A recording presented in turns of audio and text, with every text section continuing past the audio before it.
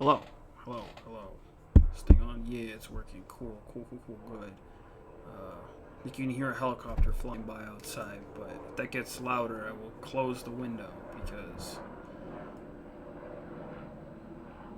it's going away.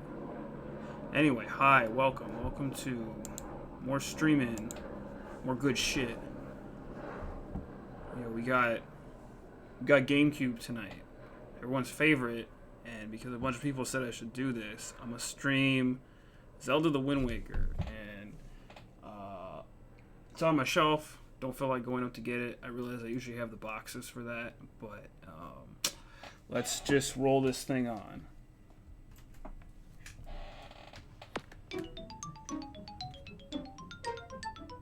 Wow, yeah, that's the good stuff. Everyone likes the GameCube startup sound. It's not as good as PS1, I think, in terms of energy. But hold on.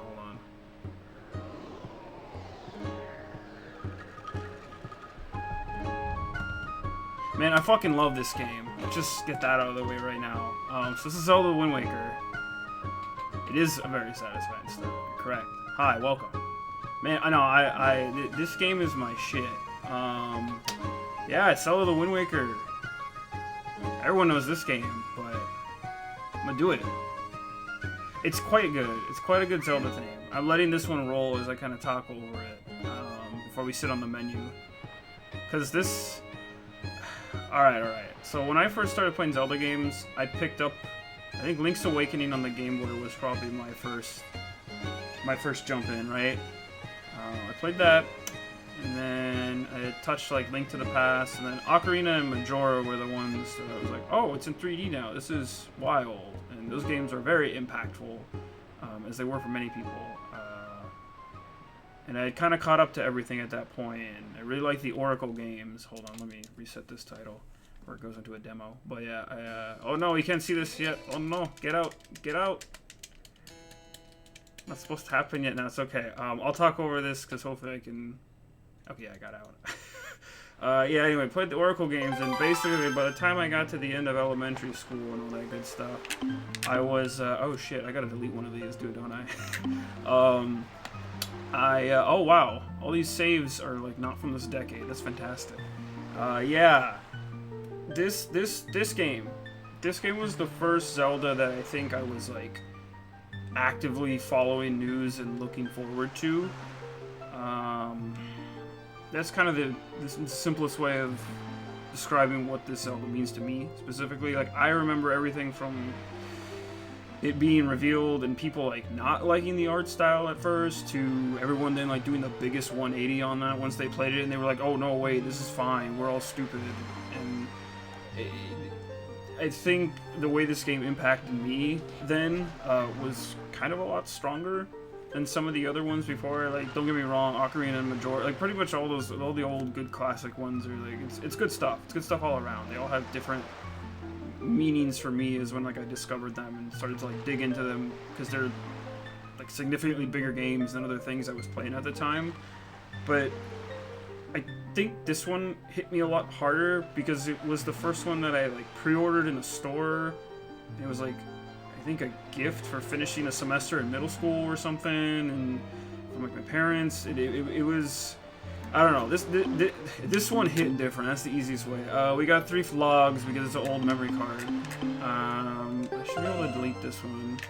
Unfortunately, we won't be able to see Link run around in pajamas all game, which would be fitting of the quarantine, but it's kind of better if we don't do that because there's sequences in this game in which like people actually reference that Link is wearing green clothes in here, and if you're playing the second quest log, which has the stamp of completion on it, it's just like a second quest you can do.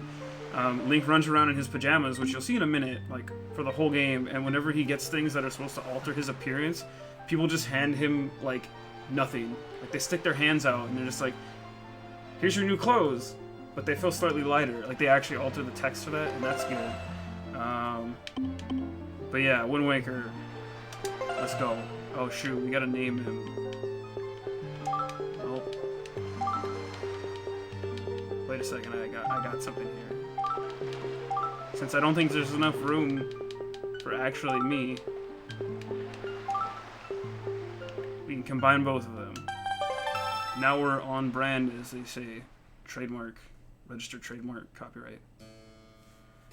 Also get ready for a really good intro. Like, definitely a standout among Zelda intros, I think.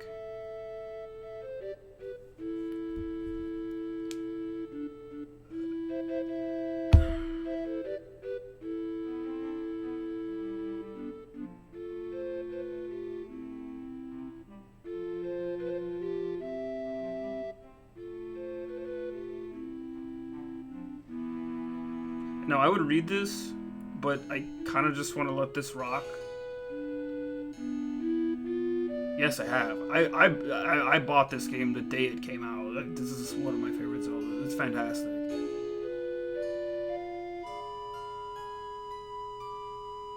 Also, welcome.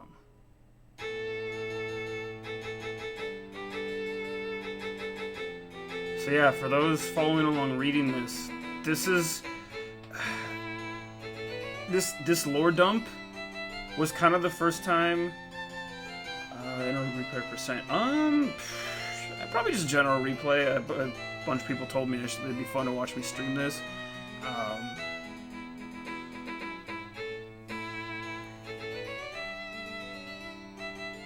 And kind of just to share it with my friends and anyone else who jumps around. It's a fun game. It's a fun game, and I have the time for it right now because I'm definitely at home more.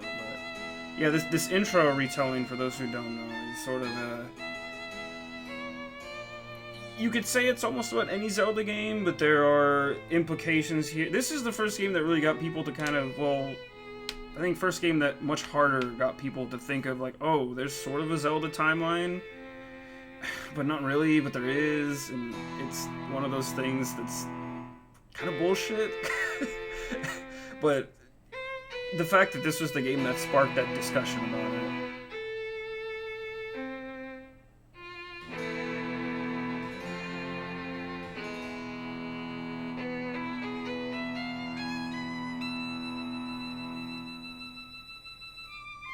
And yeah, they're going off about this whole thing where it's like, you spend time in, the last couple games being told, like, oh, Link's the hero of time, he's the hero of the Triforce, but this is kind of telling a darker story here where it's like, man, everything got fucked when, like, Link went away.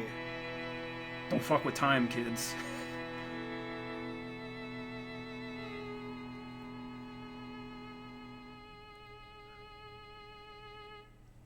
Damn.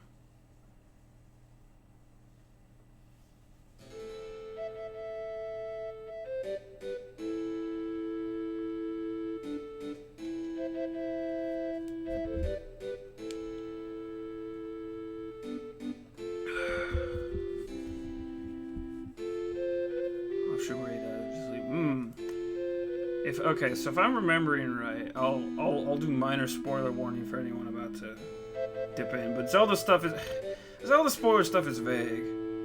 Yeah, basically for anyone who doesn't know, Ocarina of Time is like a base point because that's like the game with time travel. Other games have like time aspects to it, but because it's very clear in that game that's like you're young Link, and then when you play the ocarina in front of the door, you warp through time because he's not ready, to be the adult hero everyone wants, even though adult being like 14 years old, but Japan, I don't know. Anyway, this is, I think, supposed to be the future in which, so there's like, yeah, little girl. This is the future in which you went to and saved Hyrule, but then you went back to your normal time. So this is the one where, like, Link leaves. He goes, this is not where childhood Link, the Link from Ocarina, continued to survive. So I believe. I believe this is correct. So this is like this is a different split. Brah! There he is. Wake up. See, there's his pajamas. He's just sleeping in a... He's isolating himself from everyone. Good Link. Oh yeah, sexy pose. Get up. Dude, but just look how, like, expressionful he is.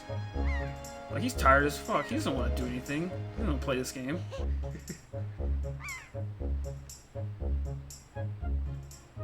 call it Ariel?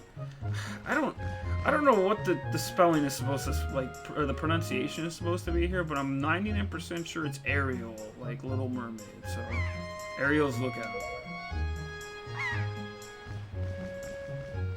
It's Wednesday, my dude. No, actually, what day is it? Saturday. It's the month of 4/4/20. Link has no idea what day it is. I think I said Ariel for a while too, or Ariel, but I reading it now, I think it might be Ariel. I would wonder what the original Japanese text is. Link is super happy. He's not half asleep, he's full asleep. We super forgot. I'm gonna have to read some of this text though, because there's no voice acting in this game. We go from Mega Man Legends, a PS1 game, that's the last game I streamed, with full voice acting more or less, to this. Oh, but it's my birthday. I should have played this last week when it was my birthday. But yeah, Grandma's been waiting for her to come back to the house. So let's go.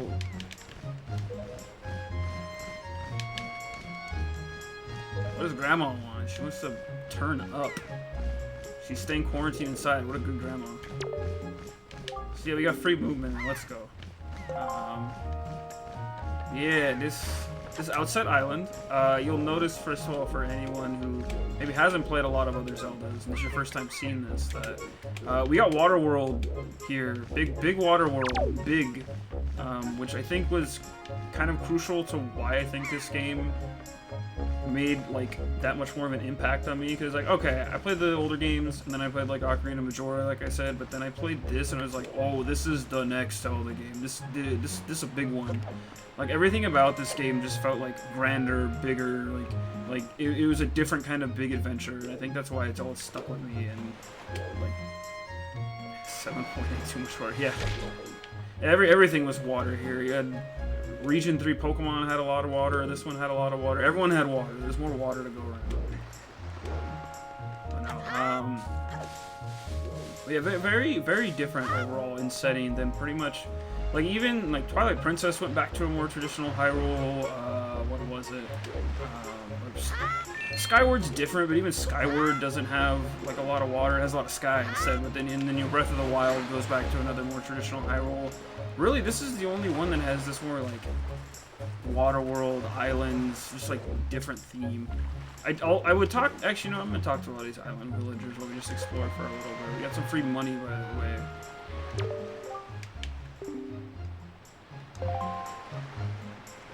And then, is this the kid that follows you? There's one of these kids. Okay, no, there's a kid on the village with a really lovely snot bubble coming out of his nose, and he follows you everywhere if you let him. He's cute. Well, everywhere on the island that he can. Everyone says, oi. Yeah, today's my birthday. Thank you. Yeah, look how old Link looks. Time just flies by. You bet it does. You blink and poof. There you go. Yep, there goes time.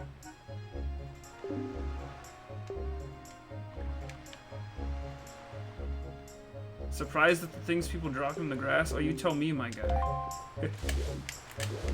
And what's nice too is because in Ocarina, they're like everyone in the Kokiri Forest at first is like, here's how you move in 3D, because so many of those games at the time were like first like 3D games for a series, so they had to have like a tutorial room, even if some of it is kind of intuitive after a certain point.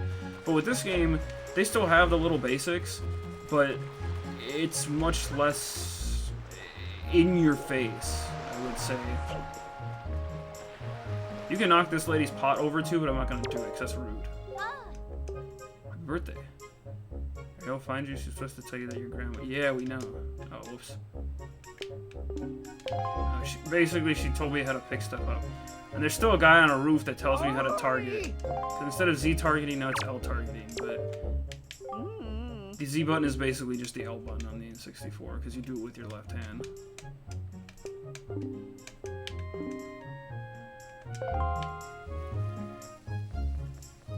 You got cute little piggies you can pick up. No, come here. Come here, friend. Ah, well. I will let him live today. I think this is a snot kid. Yes, my boy. What do you got to say? Thoughts on remake versus DD? Actually, yeah, I was gonna bring that up. Wait, what's he gotta say? Your grandma was calling for you. So was my mom. Look, he follows you everywhere. I'll see if he picks up with me while we talk. Yeah, we'll touch on it more, but so there is a remake of this game. It's on the Wii U. It was an early port to the Wii U. I have a feeling that and the HD port of Twilight Princess will probably come to Switch at some point. It kind of feels inevitable. But having played both, I overall think I like them equally, because there were some little changes, quality of life wise, that were made to Wind Waker on the Wii U that I think actually helped improve the game. Also, hold on a second, we're gonna no, watch this. We're going to the house first because we're gonna get some free money. Oh yeah, you can actually fully crouch this time. Look at him sneak. Metal Gear influencing everything. Let's go. Yep. Yeah. Exactly. So you get there's a quest later in this game where, surprise, surprise, you have to hunt for Triforce pieces. A little different than what was kind of normal at the time. It depends on like which game you're playing, but that's a big quest later. And there's also just 100 rupees into the house because you just packed up your life savings. We're about to go on a big adventure, so it's fine. No, come this way, Link. Oops. But yeah, lots of little quality of life changes, but a few bigger ones made that I think overall make the game better. But they changed, I think, part of like the lighting engine and some other things in the Wii U version. So at that point, I like the way both of them look. But now looking at this one, because I haven't looked at this version of the game in a while, like it still looks great. Like this holds up super good. Yeah, I'm running this through, I think 480i, or no, 240. It's either 240p or 480i if you want, for like resolution people out there. Because I have this plugged into S-Video. In my capture card. I have an old school capture card to let me get footage directly off my consoles, at least my older stuff. I've never purchased one of those upscaler things, but anyway, let's go in here first. Yeah, it's a different take. Excuse me, different take, but still pretty good in my honest opinion. It really just depends on what your own personal preference is. But let's see what Graham has to say. Hi. Also, something notable too. Link actually kind of has a family in this game, which is different because in most games, in Link to the Past, it's like what, his uncle or your dad like dies in the beginning. Oh yeah, you got to hear his clothes. They look like they might be a little warm for the weather. Oh yeah, so when he holds up the clothes right there, if you're playing the completed file of the game, the playthrough, he'll hold up his hand and nothing will be there. He'll just say, "Wow, these are light as ever." It's like they're almost not there. So I appreciate they acknowledge that. Yeah.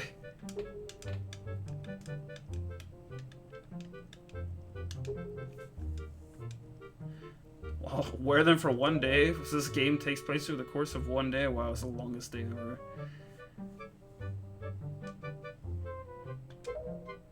Yeah, gotta prepare swords for battle. But we live in a time of peace, clearly. No one's gonna have to fight at all in this entire game. The Orca is the only one in the... Oh, Orca is the name of the guy who knows how to fight on the island. For a second I was like, wait, that's a whale.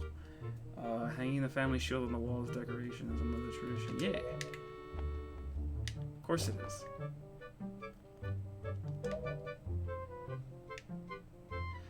Nothing makes sense to this Link right now. Look at him, he looks great. And then okay, whole town over for your party. Yeah, it's gonna be lit tonight. Let's go. Grandma's gonna make your favorite soup for tonight. I'm gonna go get Ariel. But yeah, this style, this whole like, for those who are more akin to maybe Smash Bros. And played this is what they eventually just called Toon Link, because that's like, it's more of a cartoony style, but most of the Zeldas have like a unique style to them. I think Twilight was the only one that tried to go for something extremely realistic. Let me see. Look, you got little pictures on the wall. Look at little photo box. You actually get a disposable camera in here later, so you can take pictures. It's actually a really big side quest that is a bit of a pain because there's missables. There's a lot of missable things that if you don't get them like right away, you're kind of screwed if you're trying to complete that as just like a fun completion quest. I think the reward for it is not really worth it, in my opinion. But yeah, no, the animation of the faces, everything, the art style, I think it holds up tremendously. Oh yeah, no, it's great. Like cell shading is a big thing from like this era where it just like put these games to like an up-res washing machine and make sure they function fine, and it looks great. Oh yeah. Oh yeah, give me the Zelda faces. Let's go. Yeah, but now we gotta go get my sister because it's party time. But yeah, this game when it first came out was something else. It was also very special to me because while I had like picked up on Ocarina of Majora and a lot of the ones from that time and the games before, when those were kind of fresh, but starting to you know, become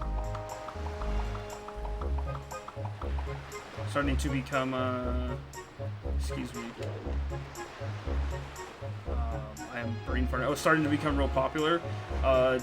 Those I used guides in some of those. You know, I was younger. I was kind of figuring out how to play these games. But this was the first one where like I got the guide for this Nintendo Power, but I was like 3/4 through the game when I had already like gotten it. Like I got it just for side quest stuff, and it was like this is the one. Oh, there she is. This was the one where I was like, yeah, this is it. I'm just around. Oh, of course, no problem. Randos, everyone is welcome here. Randos or friends, welcome, welcome. Thank you for joining. Yes, Grandma made the outfit. Look at my sick hero threads.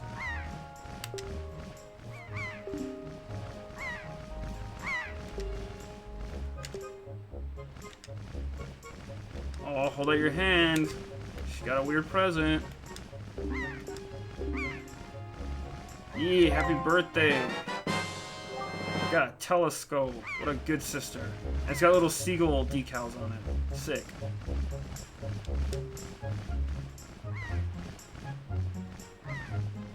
See if you can see.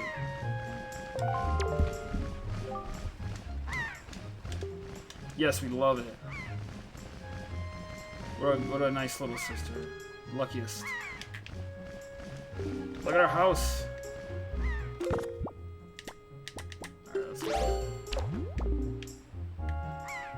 But yeah, this game at least it holds. Oh, what's this?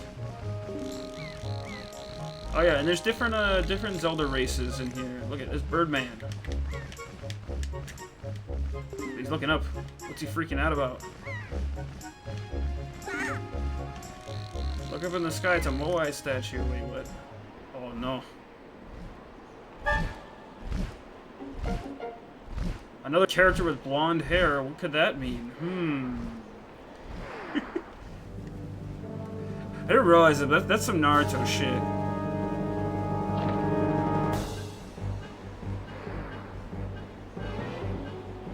Not many blonde-haired characters in this game that aren't somehow significant to the plot, anyway.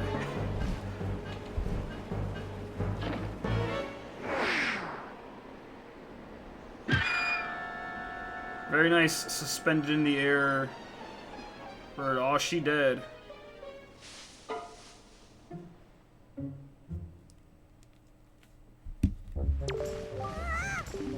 Yeah, it's terrible. That girl died in the forest. Let's go pick up her corpse. I guess I should defend myself first. Okay.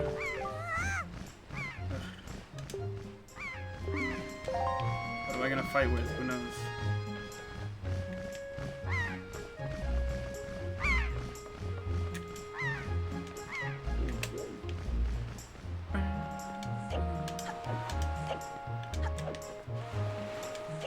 We'll go back to Swordman's house and get a free sword.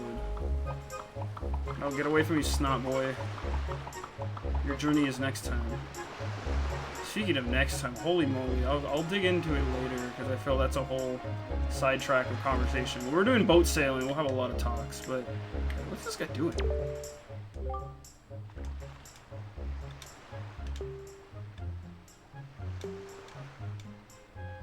Oh, he's teaching you how there's actually like a sneak mechanic in here, which I sort of did it earlier when I crouched to get my free money under the house. But that's how you catch pigs. Yeah, not enough cool old men giving away cool old swords. Boom, free pig.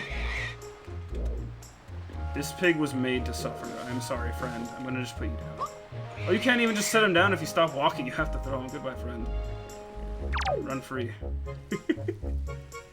I'm pretty sure you go in here and talk to my boy who gives you swords. Wait, we have stuff to talk about in a bit in terms of tomorrow or the future, as we said.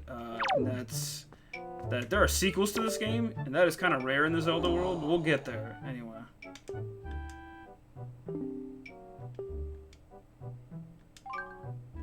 Yeah, man, teach me how to use things. Teach me how to fight. And I appreciate that this is just like old Island Man. Even though in Twilight Princess, how you like learn to fight from the ghost of like an old Link is the implication, and that's really cool. This is also kind of cool. So this game kind of added more finesse to like the sword fighting. You have to hit him when he's not locked on at all. There's not too much to it. It's not like Devil May Cry levels of combos or anything like that.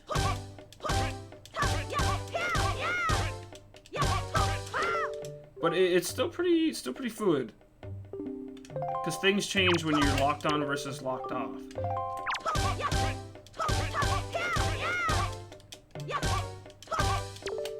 And you got like killer instinct sounds going when you're punching. It's good stuff. And then there's mild directional inputs to it as well.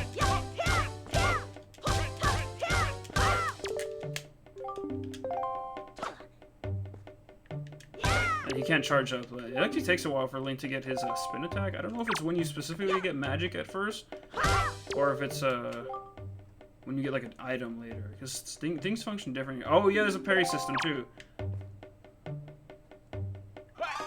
Gotta watch your cues, and then boom, hit him from the back. Good stuff. I really appreciate that they tried to make the combat stuff in here a bit more interactive. Because versus in, I'd say, the ones before, so pretty much any Zelda before this, you kind of just swing your sword wildly and then you use a combination of your items to, you know, solve puzzles, damage and outsmart bosses, and, you know, survive. The games are generally actually made in an attempt to balance that out, but this also kind of gave you a little more of a, I don't know how to describe it, but like there's more punch to the combat. I'm describing it very poorly. I was going to turn my light on, excuse me, if things get blown out. Okay, they didn't, thank heavens. Yeah, free weapons. This guy just happened to have a hero's sword. Don't let down this kind old man.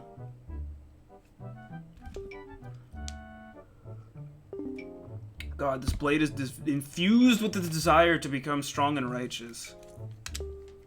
How do I get one of those? Actually, screw this. How do I get the giant... I forgot they do that. How do I... Forget this. How do I get the giant, like, berserk guts spear that he has on his wall? That's comically large. And I can just break things. And then... Watch this.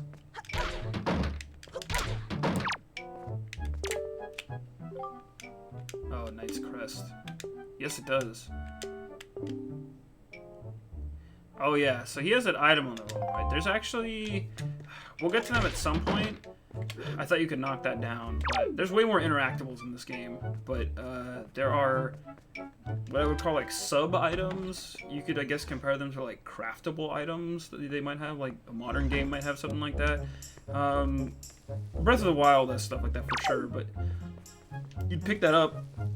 If you get like 10 of those belts and bring them to that guy, he'll teach you new sword moves, which that actually just reminded me, I think he's the one who teaches you the spin attack with like with more of a magic ability attached to it. So it's interesting the way they changed a lot of shit. Oh no, grandma's worried. It's nothing, Grandma. Go back to making soup. Oh. Like, look how concerned she seems. That's sad. Wait. Is there not a prompt? I thought there was a prompt for that.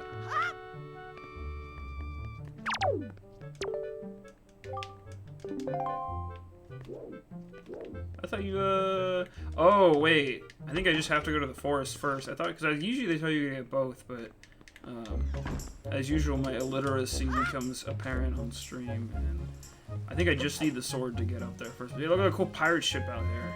This game is so huge. I love it. Also, welcome to anyone else who's popped in, as I've been meandering around the island trying to save my sister. It is Link's birthday. It was no longer my birthday, but my birthday did just pass, and it was a lot of fun.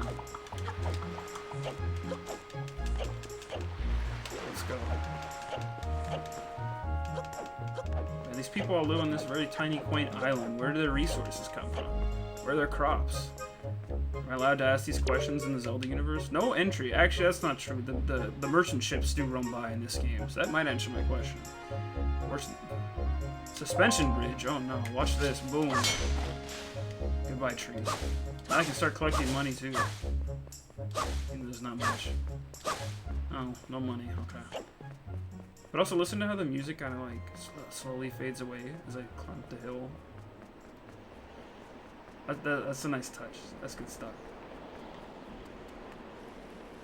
I recall a lot of people criticizing Breath of the... Oh, there's some money.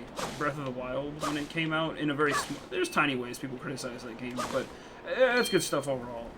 One thing, I think even myself, that's a thought I had, but people were kind of harsh on it for, like, not exactly having, like, a real stellar soundtrack. Like, it had, like, an ambiance kind of soundtrack where it's, like, background tracks and, like, it was meant to kind of emphasize that, hey, the world is definitely desolate in that game, and you're Link kind of roaming around, finding out what's happening after you wake up. And I don't mind that. I think that works, but I think this game and its like somewhat dynamic music strikes a really good balance that I think I'd like to see in whatever they do when they follow up Breath of the Wild. But more thoughts on that later. As I assume we'll get into a lot of Zelda talk as I go through this game. I'm also not quite sure how I'm going to pace this whole stream.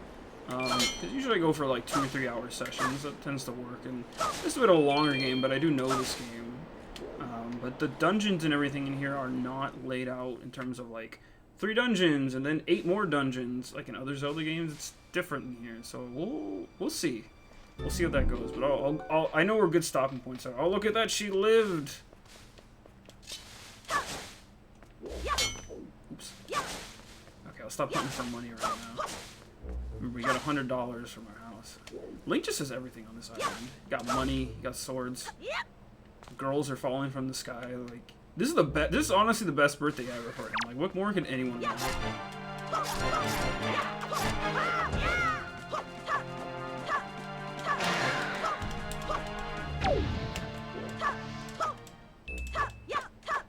There we go.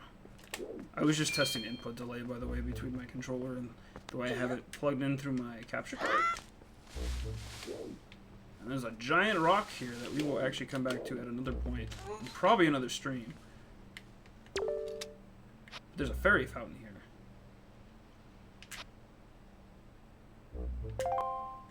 Which is something that they definitely took from Ocarina of Time and how you'd find the creepy, almost naked fairies around. We'll talk about great fairies too in a second. Let me fight these more. No! Drop more girls from the sky. I don't want goblins. Birthday ruined. Oh god. I thought the guy behind me was already gone. And as if to fit in with the animated style, they blow up in really nice puffs of smoke. It's great.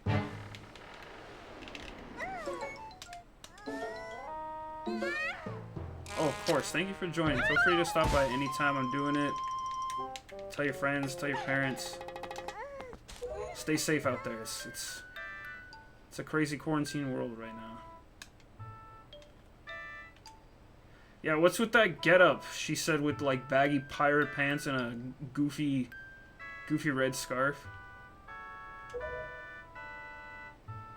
Look at what Tetra's wearing right here. Oh, by the way, yeah, this is Tetra. And there you go. Never mind. They just introduced her. Oh, there's her friends.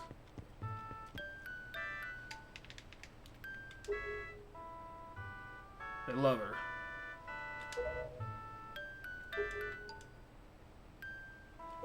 Yes, the bird dropped on top of a mountain. Well, that wasn't nice. She's like, man, fuck that bird. Forget bird up, bird down.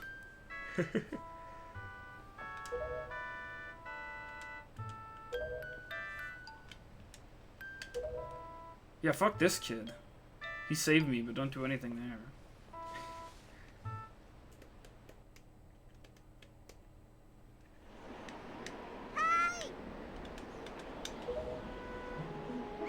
Oh, music is back.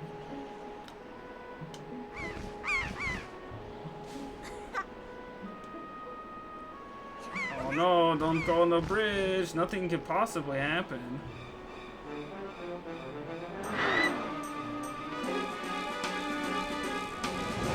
Whoosh. No. Man, Bird, you got the wrong blonde chick. There's like 2 in this whole game.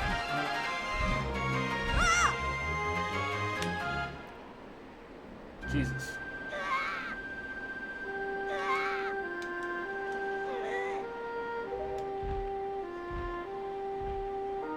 But look at this, already like high stakes right off the bat. Like no nonsense. Like Link's sister gets kidnapped by some big evil like bird.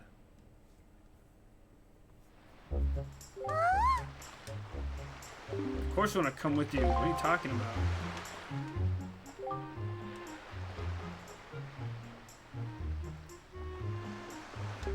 Yes, it's a pirate game. That's why this game is so great. It's so different.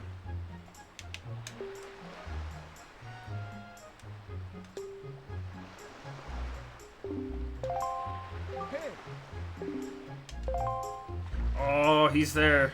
Birdman is here to save us all. Who are you?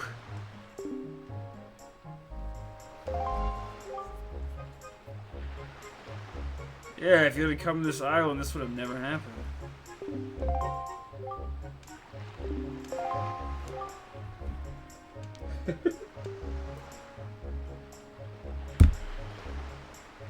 Yeah, he can fly. What can you do? You can't even swim, Tetra. Oh no, young girls have been getting kidnapped lately from all regions of the Great Sea. What could that mean? Some bullshit's happening out there, I'll tell you what. Young girls with long ears like yours, oh no. It's got some weird elf dungeon harem going on out here. It's like Hyrule Tiger King.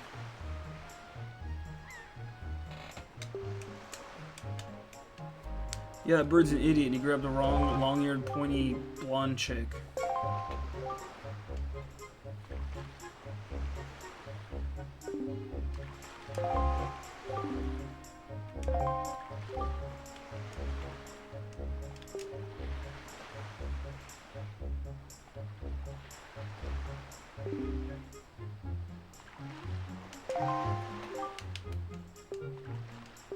Forsaken Fortress, yeah, we better go there.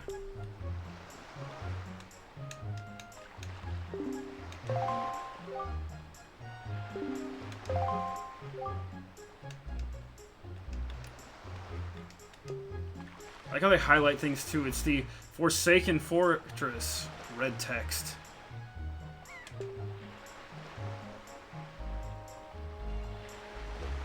No, use the sword as the shield. Two-handed Link, you got this.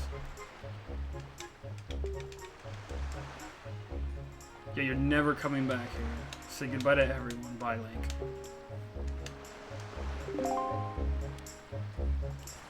Look at these goofy crew members. Look at this guy. We'll explain what he is later. I'll leave that on the table, but the race of people that he is actually really well explained. I very much enjoy their explanations behind a lot of things in this game. Hey, he says he'll help me if he comes to the island. We'll get to his island at some point. No shield. Okay. Also, if you just heard that little jingle in the music, that was almost a little lick from Kokiri Forest. Yeah. But this game's got it all. It doesn't want you to forget. Time to go just swipe up the shield. Don't worry about me, Grandma. Oh no. Someone already stole it. Was it Ariel? Time for touching moments 101.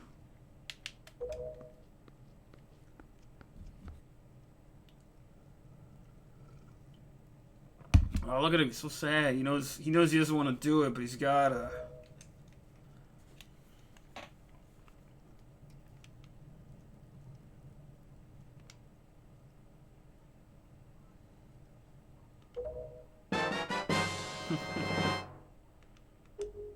Used by the hero himself. Who's that?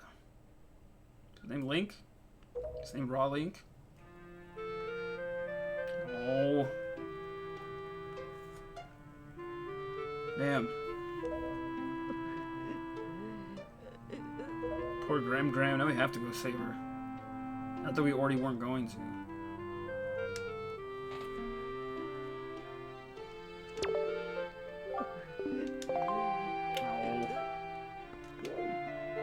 Let's go do it. We do it. We'll be fine. Everything will be fine.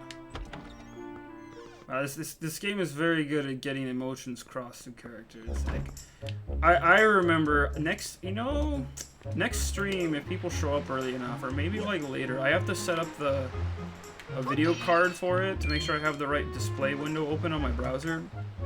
Not a video card, but like a slide card in my stream setup.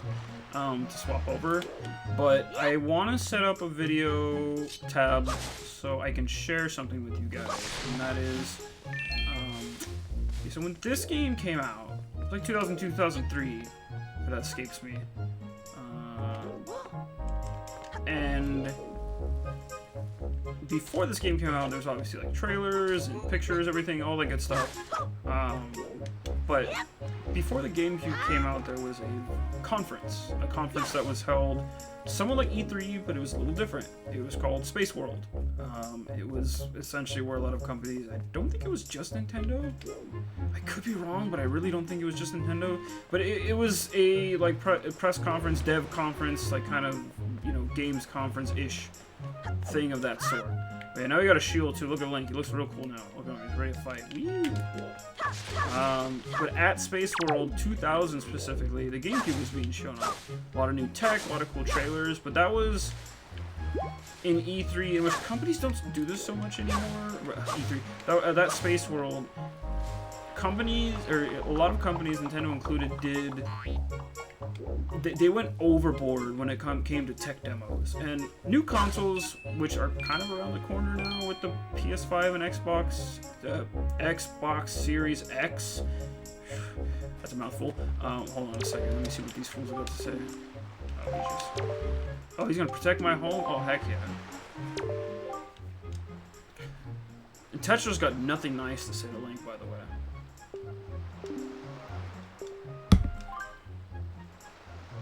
Nah, I'm not ready. I'm just scared. Now let's go. Yeah, at Space World 2000. You guys can look it up now too, but I will show the video next time because I'd like to actually document it on stream. There was a trailer shown for a Zelda game, or at least a Zelda tech demo. Oh wait, now hold on.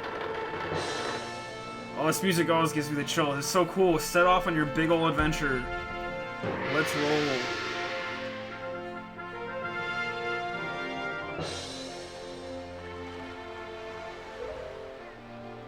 Good luck.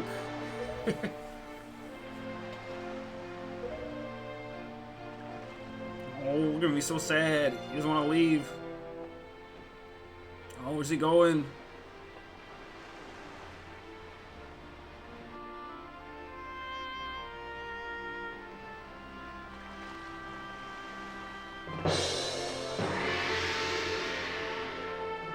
Yeah, I'm getting a little sad. This almost makes me sad.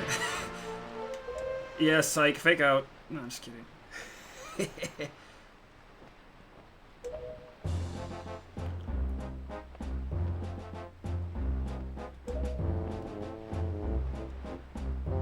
Nah, Link can't swim. There's no way to go back now.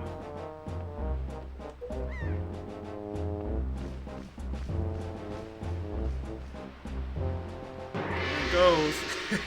I appreciate the fanfare from the boat crew, though. We'll get back to Space World in a second. Let's get to what you do on the boat. But you gotta have Nico look out for you. Is any part of a greasy pirate crew? Look at all these goobers. I'll talk more about them in a bit. What do you got to say, my boy? Big Blue, is that an F-Zero reference? No.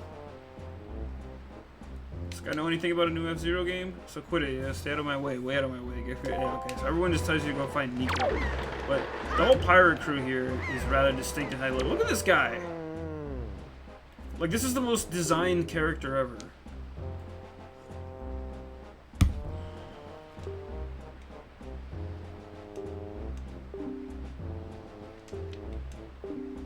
Yeah, Link hates it.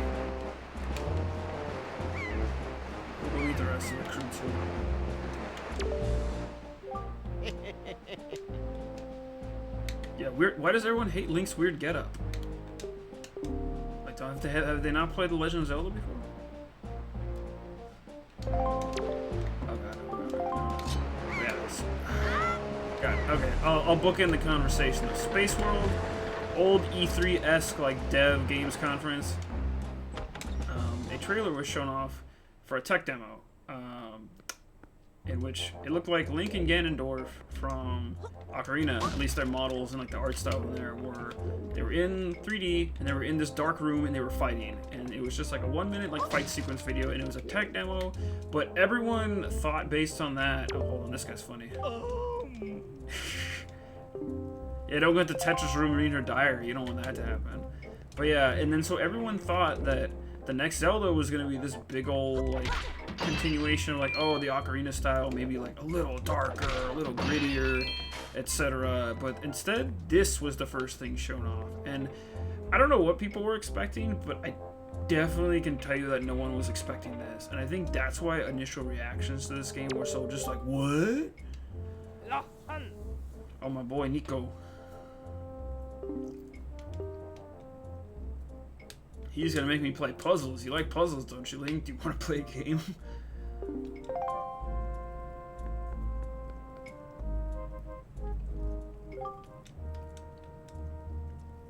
You hit the switch. You love doing that, don't you? Link's like, what the fuck is this shit? Look at him in the back. Oh, excuse me. But yeah, it's just a silly, dumb little puzzle test. Look at him go!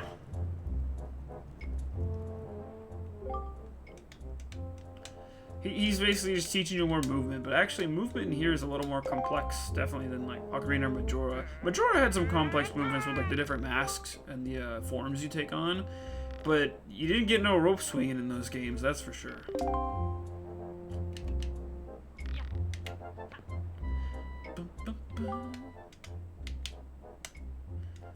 Link's gonna eat shit on the first try. Nah, we got this.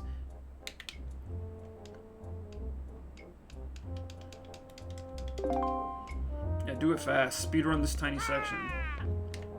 This game invented speedrunning. I actually don't know what the world record is for Wind Waker. I think I saw it on a GDQ Games Done Quick stream once, and they did it at night, because I remember it saying the estimated time was like at least several hours. But for any Zelda game that's not like any newer Zelda game, that's pretty wild, especially one that I think didn't have a lot of sequence breaking, as I recall. Oh whoops! Oh whoops! See, that one just puts them down.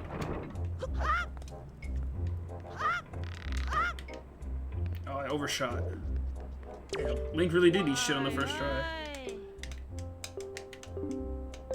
And yeah, he explains to me that you can change momentum when you're on the rope. You can steady yourself by holding R and then kind of changing your direction. I was trying to go fast as hell. I'm gonna reset it though, because the panels will go down on their own if you take too long. They give you a fair amount of time to learn the movement and such.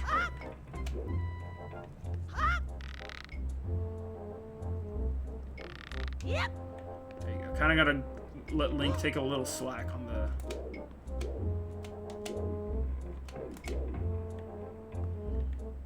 Yep. There you go. Oh gosh, I thought I was gonna hit the corner. Oh, this is gonna be embarrassing. Okay, so that's fail number 2. Let's see how many it takes for old man to climb a rope, or excuse me, solve a rope puzzle. Yep. Wait, and that went too far back. Damn it, that's 3. Oh, this is fantastic. Let's see. Okay, let's go. Okay, now I can hear the ticking in the background, which actually makes me more comfortable. I'm just gonna reset it on my own though. Alright, never mind. Okay. Welcome to anyone who has just joined. You're watching Man Fails at World Puzzle for time number 100. Okay, so jump here, one back.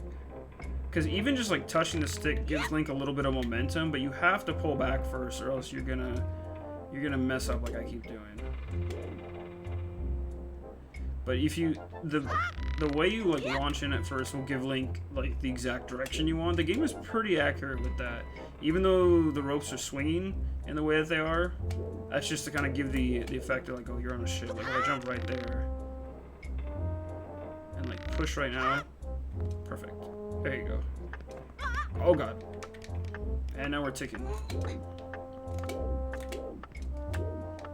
What's nice is you actually, so the trick is, it's supposed to kind of be a little awkward, so instead of using that last panel over there, the ropes are always in the ceiling. So you just kind of let Link start swinging, and boom. Oh man, that hit into the cutscene right away. That was actually kind of scary. Yeah, we did it already. Good. Only 3 tries. Only 3 tries in a final.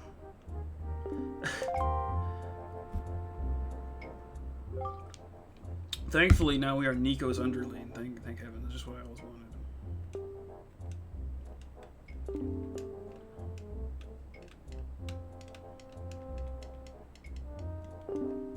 Treasure in the chest. What do we get? What do we got in here? I forget what's back here actually. There's not a... Oh wait, I think I know what this is. I wanna say that it's the grappling hook. It's not.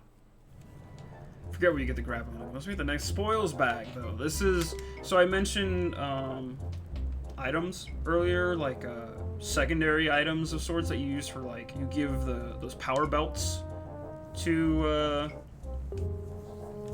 the sword guy on the island eventually when we come back. That bag is just like your holder bag for that.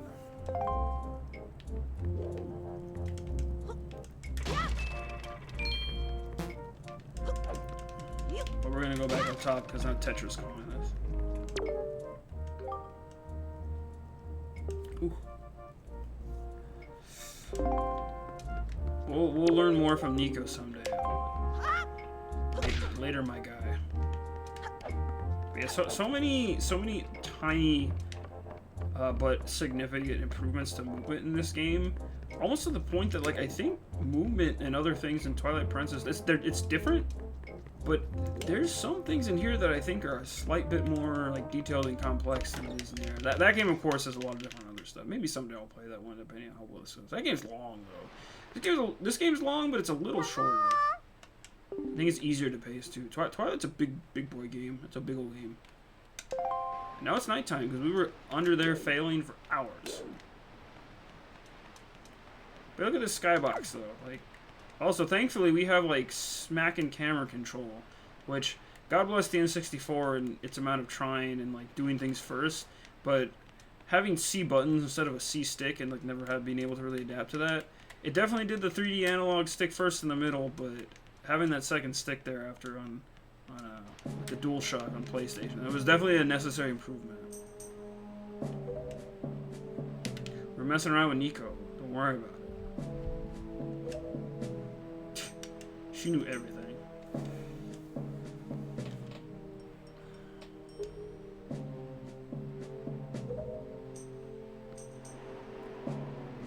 They call it the Forsaken Fortress because it's forsaken.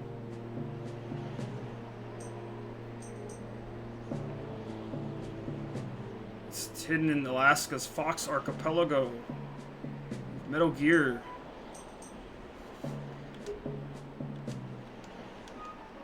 Man, forget that. I want to hear about their old pirates they used to compete with. But yeah, now there's some real hood rat shit going on here. None of that fake shit.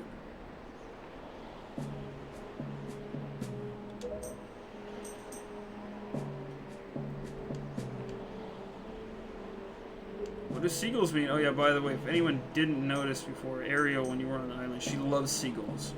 They're all floating around here. I don't know why. Maybe she can speak to birds like that.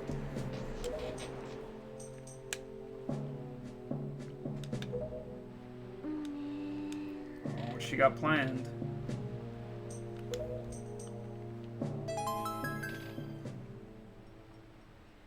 She opened her evil eye, which she got planned. Well, Link is not having it. He said, "Fuck this."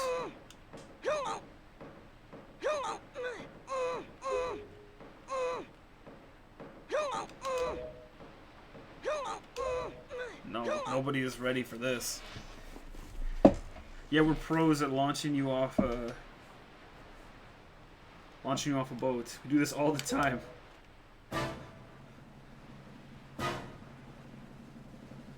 His name's Link, and this is Jackass. There he goes. Also, cutscenes. Hey, this game has cutscenes, whereas Ocarina, Majora, those had cutscenes, but these have like more. I don't want to say cinematic because I feel like that's overused, but like these have more well-shot cutscenes, I would say. Oh. Quick summon Q. Basement 1, Shadow Moses.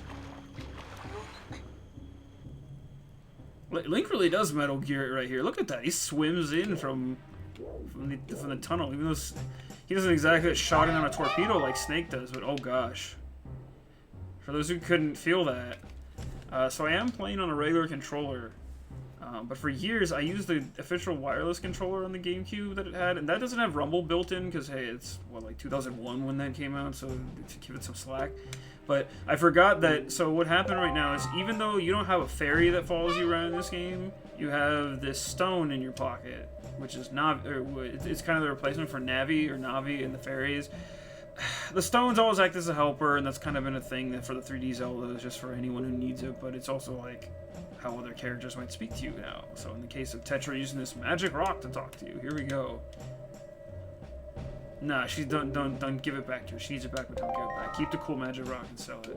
So that shows up just in case. Thankfully, it's also mapped to the C stick, so you have still your full range of buttons to go. So yeah, this is the Forsaken Fortress, and you actually have to Metal Gear and like do sneaky stuff here.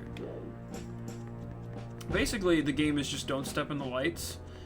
It's very lax. There's not a dynamic sound system. You're not gonna knock on walls as Link and then have guards say, "What was that noise just now?" But if we're real cool, I think we can get that money in the middle. We're gonna back up, and then we're gonna wait for the lights to pattern over. Oh god. Oh, we're so cool. We're so cool. Link is so cool. If you get caught, you basically just get thrown out in the back into the water pool as well. So the game is don't get caught.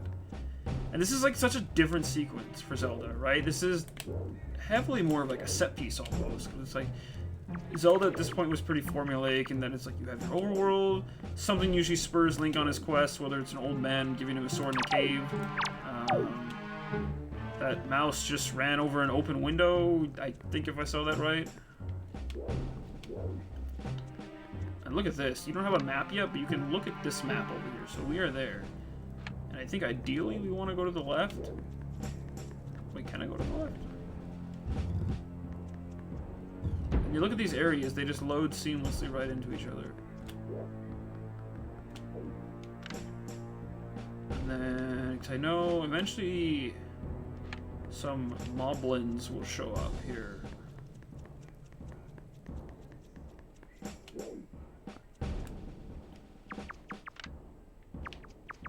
And look, you can crawl and do the, or you can, excuse me, you can first person and crawl it.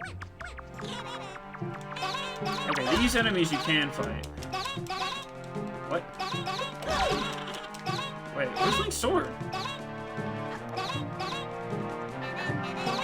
Wait, did I miss something? Am I being silly? Wait a second. Oh, wait. We're sneaking. It took my sword because why would you fight in this place? Yeah, because you're not supposed to make noise. Okay, sorry. These enemies can show up and not bother you too much anyway. I totally forgot about that. That'll teach me to read every word in this game accurately and precisely.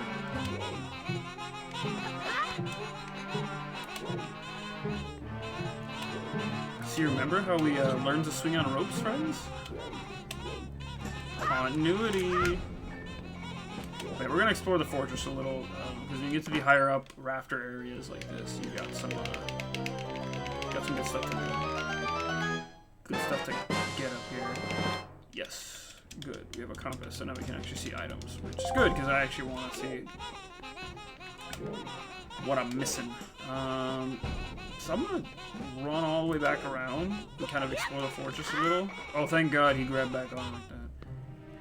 And those enemies are totally not the most annoying things in the world, but... So now we're on the upper level, which... some of these lead outside. But you gotta be careful, because the... See, now, and I like that they're always giving Link this perspective of like, okay, you're here, Ariel is there. And now now we're on the inside, but she's still all the way up there.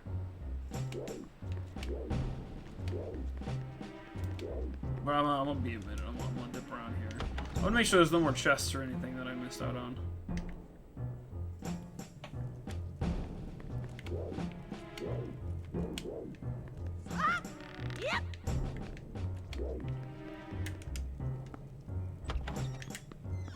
So welcome to anyone who's joined in currently at this full live stream speedrun of Metal Gear Solid.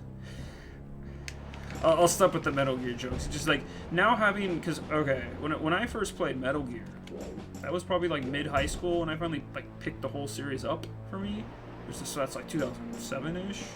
So, but by then I had already been rather adept at Zelda. So kind of like looking at the parallels now, it is kind of weird just how like spot on some of the things are.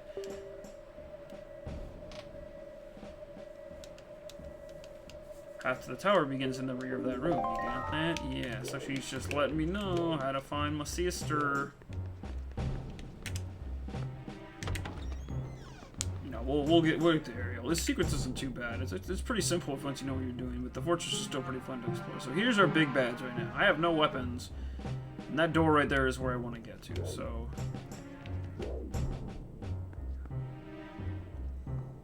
I think... Oh yeah, I think I'm supposed to get in a barrel.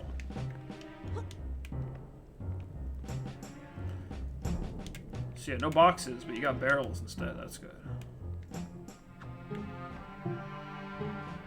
And I don't have my my Soliton radar, so I can't see the cone of vision for the moblins. But much like Metal Gear guards, they're very useless. And it's pretty easy to sneak right past them if you know their patterns. But don't worry, there will be more as we climb the fortress. And this place goes up pretty high too, so we'll see what we get when we get to the top.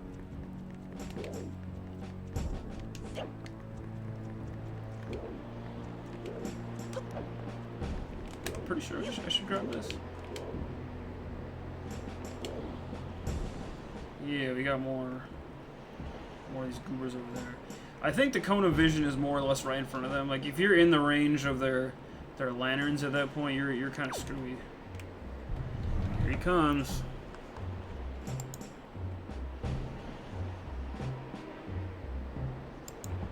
But yeah, the art design. Look at this moblin design too. This is not like just the crazy, like weird ass pigs from the other games. This guy has got some personality. Look at that strut. Look at that ass. He's going for a walk. We have a minute to observe and appreciate him too, because we're sneaking. Oh, don't make the radar go off.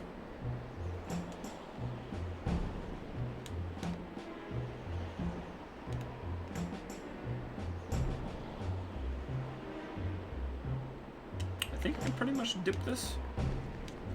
Yeah, let's get out of here. We got past that guy. I think we're almost there. Oh, I can't saddle against the wall, or saddle. I here we go. Here's an option to do it, though. It should be an option to do that. There you go. And keep sneaking. And just look how Link's face animates as he sneaks. He's like, I'm about to fall down this cliff here, sort of. But we still got a wall to climb across, and my sister's like right over there, so I'm gonna just do my thing. What a cool guy. He's got his Gucci belt on. Man, where's this? This Hyrule's great. Whoops.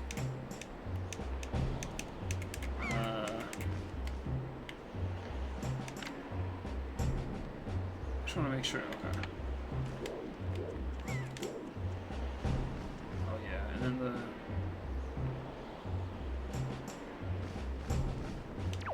Wait a second. So can I? I'm remembering that there's a thing I think I have to do here, but...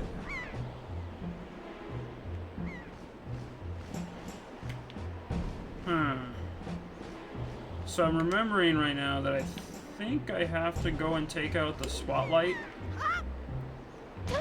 Oops. Yeah, I am sure I have to go take out the spotlight, at least the one that's over there. So I think I can... Okay, good, you can do the roll trick in this game.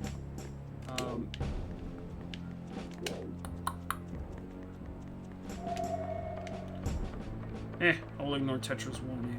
I'm pretty sure I can do this. So, if we're doing this right, let me see. So right here, you'll notice that there's a pot, but it's got these weird, like, sticks in it, right? Now look at this. So one of the unique things about this game is that everyone gave, like, Breath of the Wild a bit of criticism for breakable items, right? That's a whole other mechanic for that game, but actually one of the first Zelda games to let you just pick up rando weapons anywhere was this game.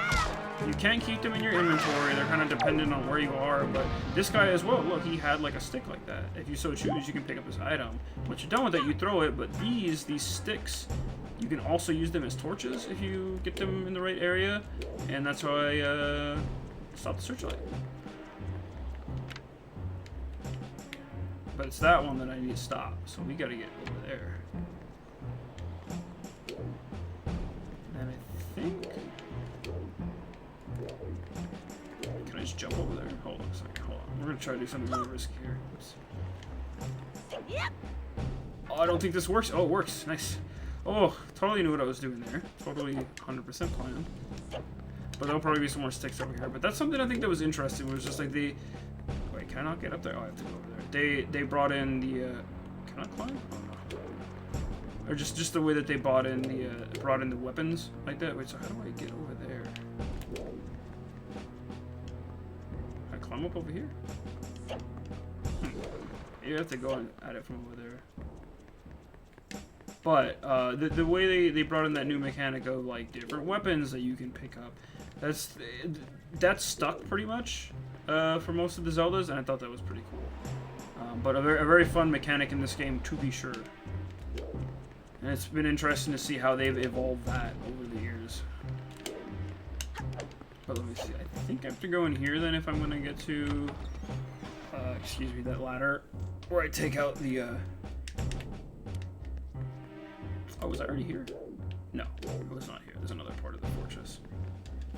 So I think I'm going to climb the ladder in the back, and it's going to let me take out the searchlights. But let's take a peek at what happens, guys. What you got for me, Tetra? Man, see, I'm already ahead of the game on you, Tetra, so I'm just going to throw this rock in the water so you don't have to talk to me anymore. But yeah, that's another thing, too. I just went straight in for the killing blow on the last one, but there are some very rudimentary, like, combat complexities in here, and that, like, enemies will get, like, a hit stun. They'll bounce off you and be stunned for a second. Whereas, so if I want, like, you know what, fuck this. I'm gonna throw those off the edge. Watch this. So I might regret this, but we're gonna...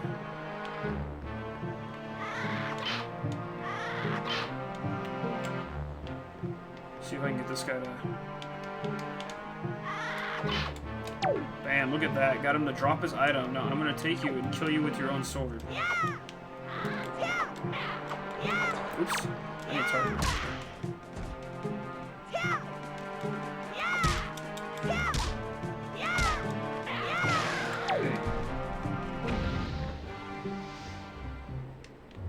And boom, there we are. That is pretty much, those are all the spotlights I think I need to cover, because the other one's just on the ground. I don't think I can get over there either. If I hadn't been a cool guy and gotten that money anyways, I think I could have jumped and got the money. Oh gosh. And now we're just at the bottom again, because... yeah. That's okay though, because we shut off the searchlights, and we know exactly how to play this game. It's totally okay. That's actually a nice reset, because now I remember that I need to go climb the ropes up top, and I can just get straight back up there. You'll notice a lot of these, like, ladders that are halfway up here, but don't have a box for me to climb on to get to them. You know, surprise, surprise, we'll be coming back to this area at another point when we're not totally just, like, Metal Gearing it up in here.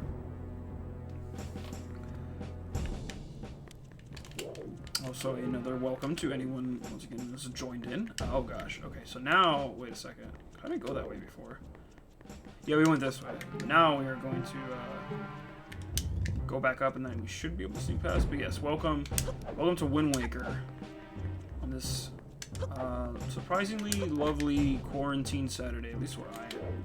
I hope everyone's staying safe and taking care of themselves as best as you can. You know, for anyone who is working, if your job is any level of essential, thank you. Thank you for whatever it is you do, and stay safe. For everyone who's doing their best to stay home, hey, good on you as well. Hopefully this passes sooner than later. For now, though, we got Wind Waker, and we'll push through it in the same way that Link sails across the ocean, by using it to hide loading screens in between. No, GameCube's wild. GameCube's wild how it, like, packs so much onto the tiny discs. That always fascinated me. I think that's a big part, though, of why... maybe not, but GameCube games haven't been ported a lot, which kind of sucks. Like, I don't think there's any getting around it. Like, a lot of people want ports of GameCube games these days. The biggest reason for that really being is that, like, a lot of these games are kind of just locked to the system at this point. Like, if I look over at my shelf, if it's not a sequel, or you know, some, like, one of the few games that did get an HD port, like this game or Twilight Princess, there's not much to go around. Like, even some of the biggest things, like, you know, Smash Bros, Mario Sunshine, which I'll talk about that in a second. The Metroid Prime games got a port to the Wii, but even, like, those are old now, and it's just some of the biggest things made it up, but, like, plenty other big things are just here and, like, never went anywhere. And I don't know if it's because the disc formats were weird or other things on this system were just weird, but this has kind of been the one system Nintendo's almost, like, forgotten about in terms of modern stuff.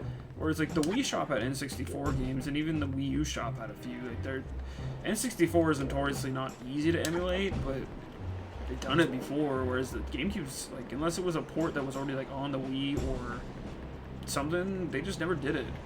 I don't know. I think plenty of people. Sometimes I look online and see people asking for GameCube ports and stuff, and it's like, man, people really want GameCube stuff, huh? But when you think about it, you know, I know not everyone collects stuff. I don't even have every GameCube game. I'll probably never have most GameCube games. I have all the games I like at this point, sans maybe a few, but there's so much on the system that has just never been taken off. Like, I'm gonna look at my shelf for a second while Pigman is talking, or looking at me and giving me a good sniff, but there's so much there that is just stuck. It's stuck and left to history, as it were. Is he looking at me? No, he's not. I don't know. But and again, like this and Twilight Princess, because they were on the Wii U, and most Wii U games have started to get Switch ports at this point, I don't feel unconfident saying this game will pop up at some point in the near future in some sort of easily accessible form.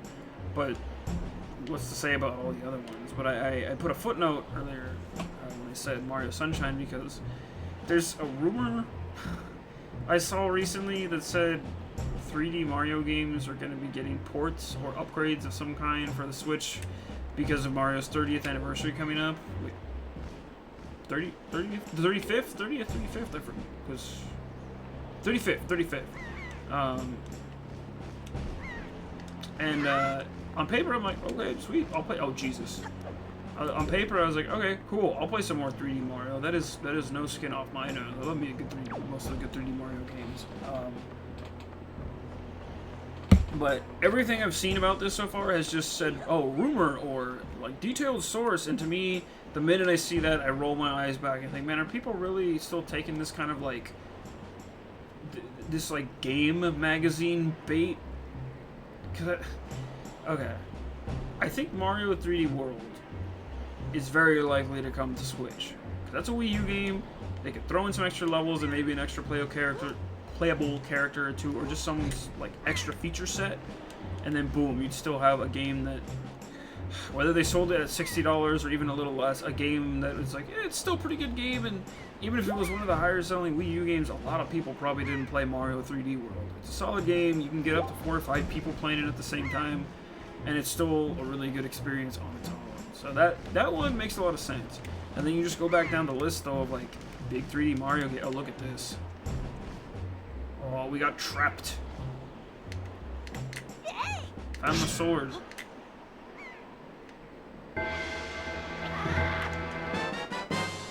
Thank heavens we got that back.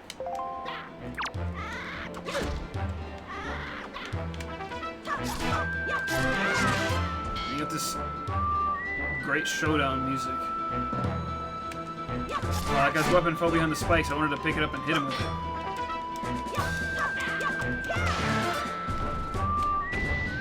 See you later, kid.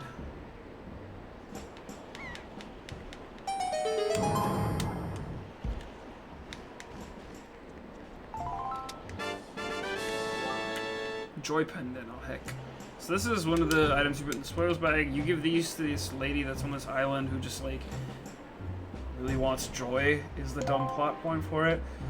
But I think she gives you, shoot, I forget. She gives you something good when you give, I mean, everyone gives you like a significant enough item when you give them back enough of like the ones they want. So it's all just like little fetch quests, but like certain enemies drop certain things, and that's cool.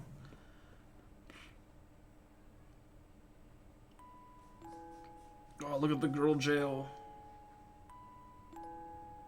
Oh, another blonde one. Also, take remembrance of these other 2 girls in here that are in jail, because it adds to like some funny side plot banter later. But oh no.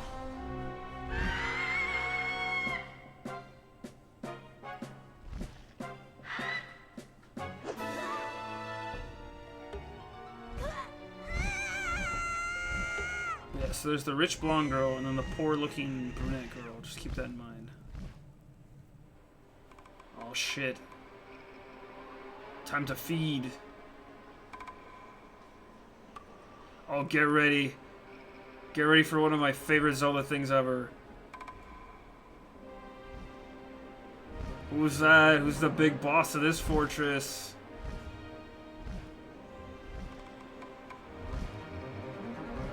Oh, look at him. He's so cool. Get out of here, kid. Try again next time.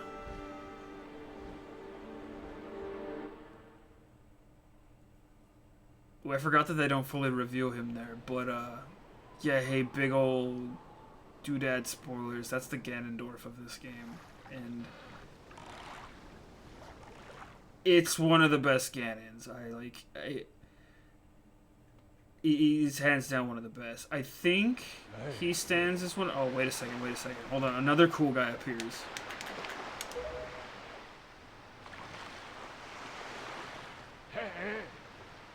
Yo, wake the fuck up.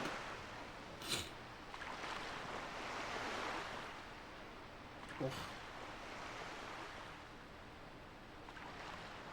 He's hearing things. No one's here. What are you talking about?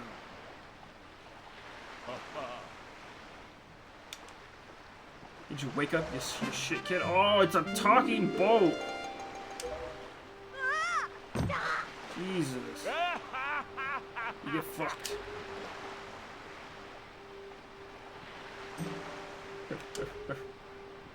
King of Red Lions. What a beast-ass name.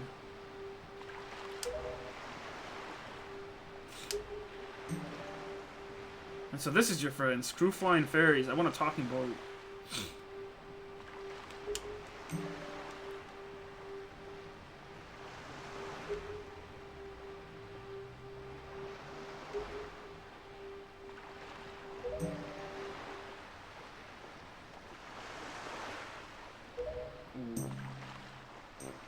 He who obtained power of the gods attempted to cover the land in darkness and was ultimately sealed away by the very power he hoped to command. Oh shit.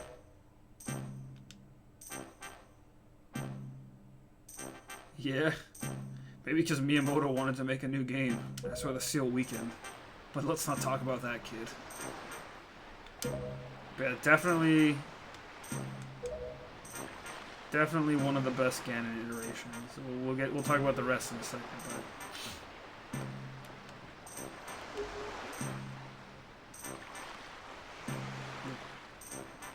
But you need to get stronger, kid.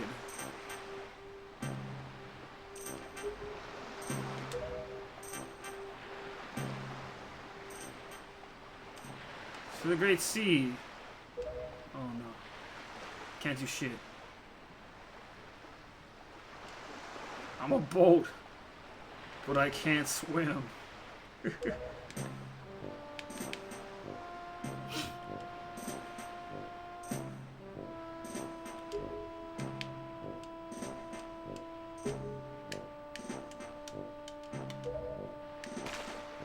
Yeah, you're useless, you talking boat. How dare you?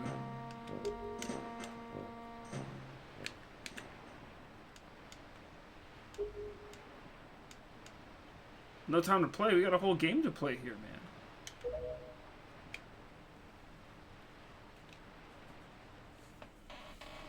But yeah, so... Welcome to Windfall Isle. Oh. Yes, welcome to Windfall Island, one of the main hubs for the game. I don't want to call it... Don't call it like the Hyrule... It's not the Hyrule Castle market of this game. I'd say it's more like the clock town of this game. There's a few major islands, but this is one of them.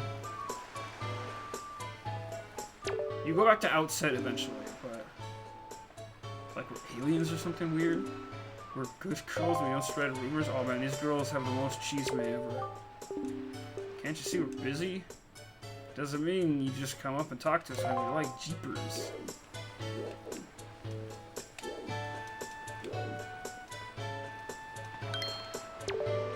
Look at this guy. Tale of woe. Okay, guy, what do you got?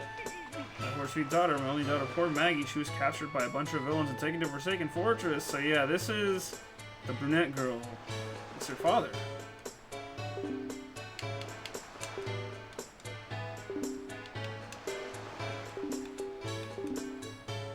Yeah, so now we gotta go save her too. Man, everyone wants me to save their daughters.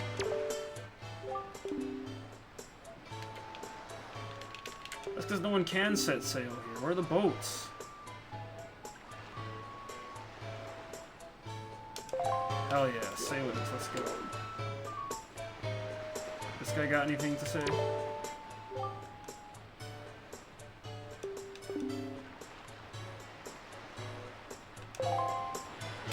Also, because I love musical shit.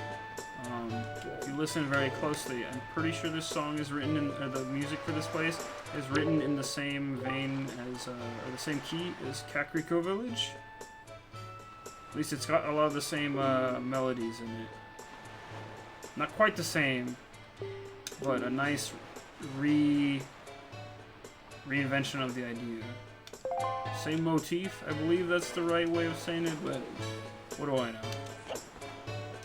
It's good stuff though, it's very good stuff. It's just different enough to still be hummable, but just the same enough to still... Oh, wait a second. This is my guy over here, watch this.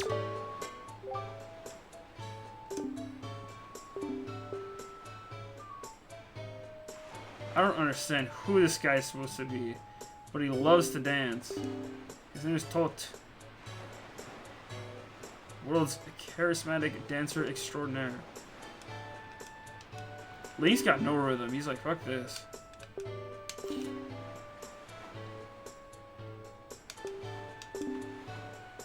Turn night to day. What are you talking about? We'll get to that later. This guy is something else. He's fantastic. Look at him go. Anyway, we'll come back to him later. Can I not hop there? I can't. I'm just gonna mess around on this island for a minute. I know it, but it's been a second since I've been here, and that's okay. Hey, he's dancing on a grave, but oh, look who we found in jail! It's another boy. Tingle's been locked up for war crimes. Keep him in there. Green clothes, green hat. He's Luigi.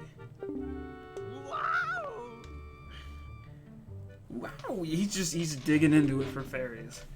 Speaking of fairies, I didn't have my great fairy ranking system earlier, but we gotta rank Ganons first. But yeah, hold on, we gotta talk. I forgot. I know Tingle's in this game. There's a bunch of bullshit we actually get to do with him. I might set that up if I can actually. Well, big mental check. Yeah, where he belongs exactly. Look at him, dressed like that. Jeez. I'm so glad Tingle made it out of Majora's Mask into another game. Because he definitely wasn't in Twilight Princess, but Tingle fits here. Like, his art, his aura, his mystique, Tingle fits right here. He just wants to be a fairy boy. See? He's like a furry, but for fairies. A furry. I'm gonna stop this line of contact, but... Yeah, we gotta save Tingle from jail. Can we just open up?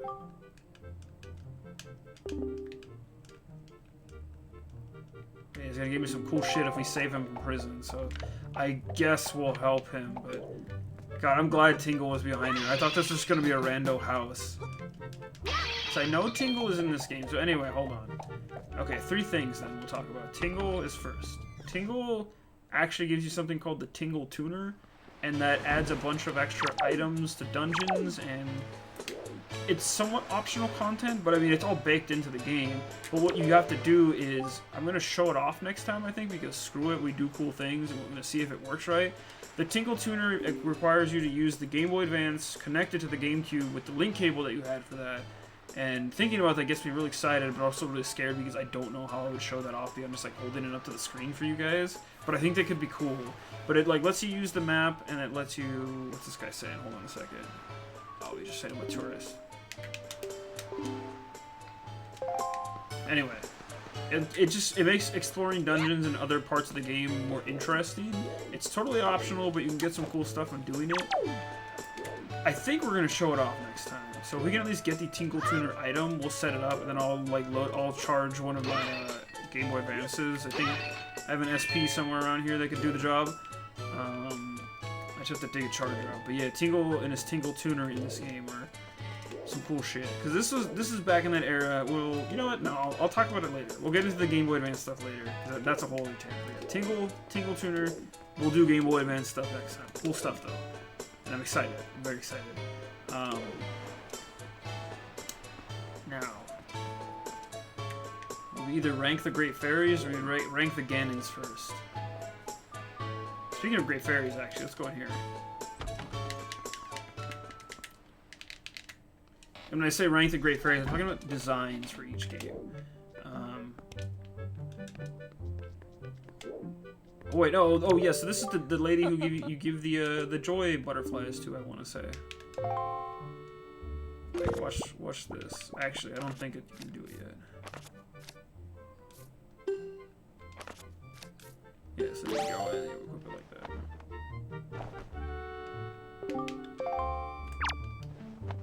I thought you give it to her. I guess not yet. Anyway, but I'm like 99% sure you give her the butterflies, and that's totally not because she has a butterfly hair pattern on it. Best Great Fairies. Yeah, that's okay. So let's just do it. I thought she was the fairy, because there is a fairy in this town.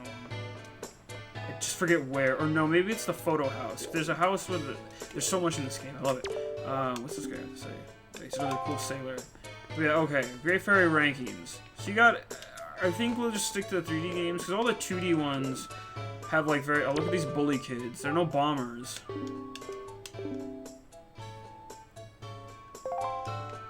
They're just gonna punk Link until he gets out of town.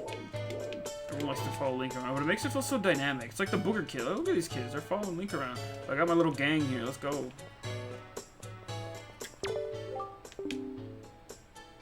Your outfit's plain, lady. I'm sorry. It's cute, though. But yeah, someone sent it to her from outside island. It means they have a mail system established in this world.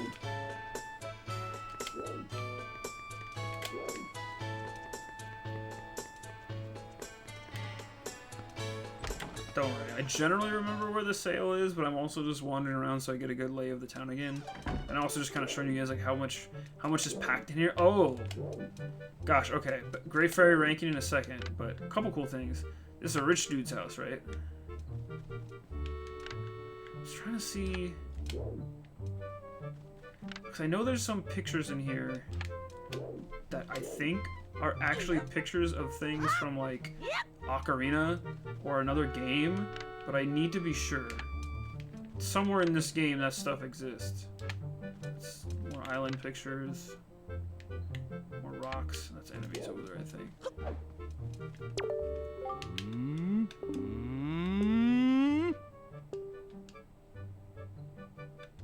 Now he wants me to rescue his daughter as well. So he's the rich girl's daughter. Yeah, I know that's in here, though. There's definitely, like, Easter egg pictures like that in here, just to be cool. Ooh. So I've agreed to rescue everyone's daughter. Yo, Link just got a mansion for saving his daughter. Easy peasy. But yeah, okay. Great Fairy rankings. Top is... If I had one of those like ranking meme or tier ranking list things, toppest tier is most definitely Breath of the Wild. Like if you ain't fucking with giant women, then that ain't it, fam. But no, that's my number one. Breath of the Wild kills it. It's just great. Like not even just that whole thing, that whole aspect of it. I think those are the most they're very well hidden once you start to find them. They have, I think, the most personality compared to the others, and I think they're just like real solid overall. Terrifying horse fairy. Oh shit, yeah. Shoot. Okay, but then next, honestly, I might say that I like the ones from here in like a second place, because I think the ones from here are like a good mix between being what's this game. And you know, we're gonna play a mini game while we rank them. Because I need to show off this guy who is now a different guy. Look at him, he's selling this so hard. He wants us to play this dumb game.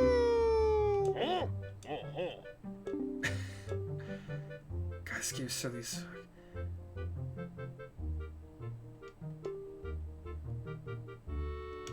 I think we kind of played I forget how this game works. Okay, yeah, we kind of played Battleship-ish. Or is it Minesweeper?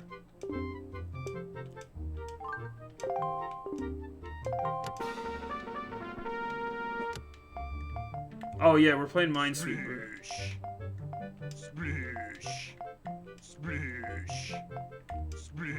Oh, I'm getting beamed over here. If I win nothing from this, I will not be surprised. You gotta love it.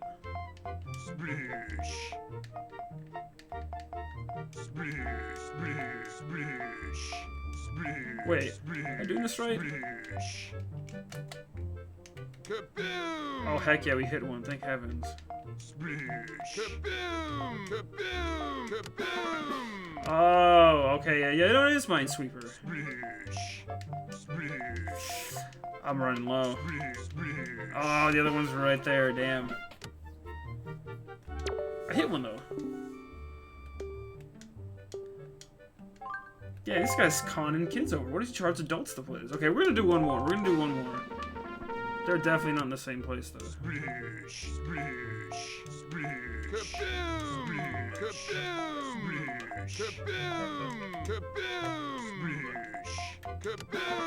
Okay, wait.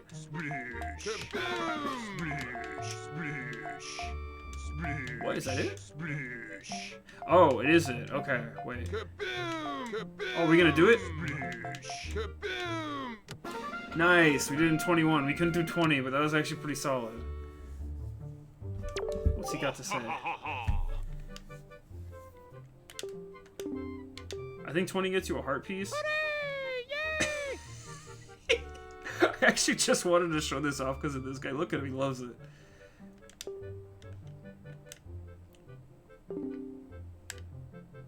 Oh, wait. Get a piece of heart from that? What do you get for getting 20 then? Maybe you get another one. Hold on a second. See, I have the player's guide to this. I'm gonna actually look it up right now. But I have the player's guide to this. I can pull it out next time, look up fun things. That's why there's so many little things in this game I just forget about. Oh, that little boy go away. Okay. Oh, we got a heart piece. That's something. Thanks for playing. It's been fun. Don't forget your umbrella. Yeah, Link, get your umbrella.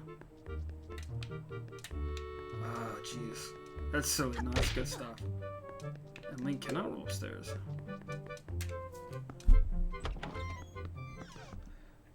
Yeah, I'm all about the goofy shop people in this game. We haven't even met the best ones yet. Wind-powered Ferris wheel.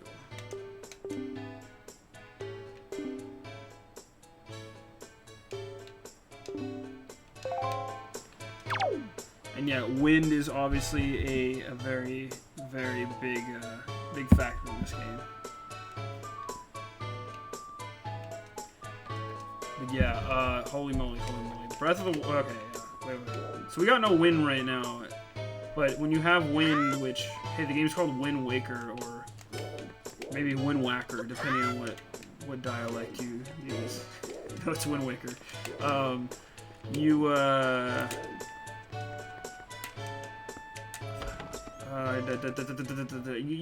We'll do more wind-based things later, but yeah. No, we were just here. Okay, that's my guy. I'm trying to look for the actual item shop, because that's, I'm pretty sure, where you get the sale from.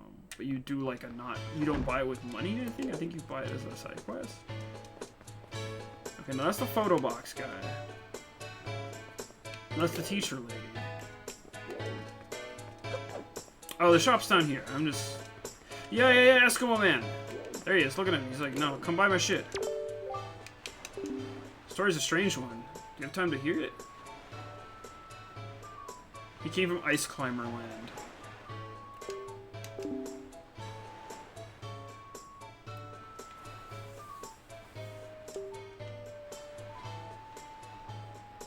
Oh, and there's only one thing, that thing that escaped for him. No one wants that thing that he keeps referencing. Please buy this thing, 80 rupees. Oh, I got money. See, that's why you take the money. You take the money from under your house, and you can easily get that.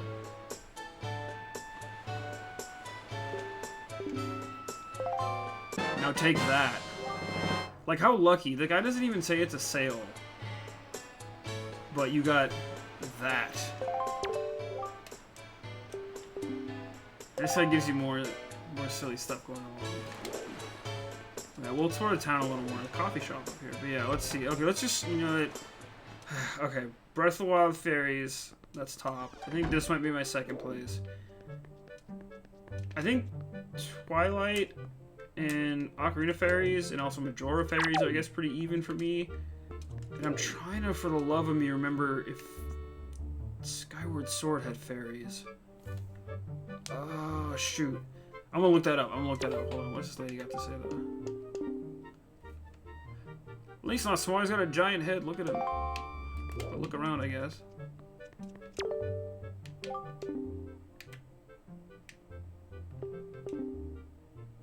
Yep, 2 girls from this place got kidnapped as well.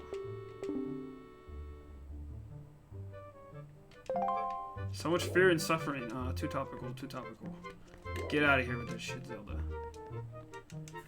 Hold on, yeah, wait, let me see. Skyward Sword Fairy. Or excuse me, Great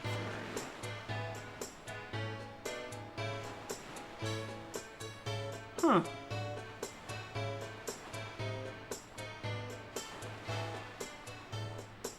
Yeah, either I'm crazy or I'm not seeing a great fairy in Skyward Sword.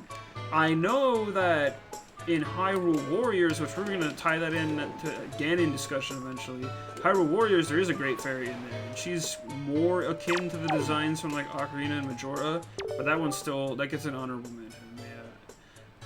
Best great fairies, Breath of the Wild great fairies, hands down. You can't unsell me on those.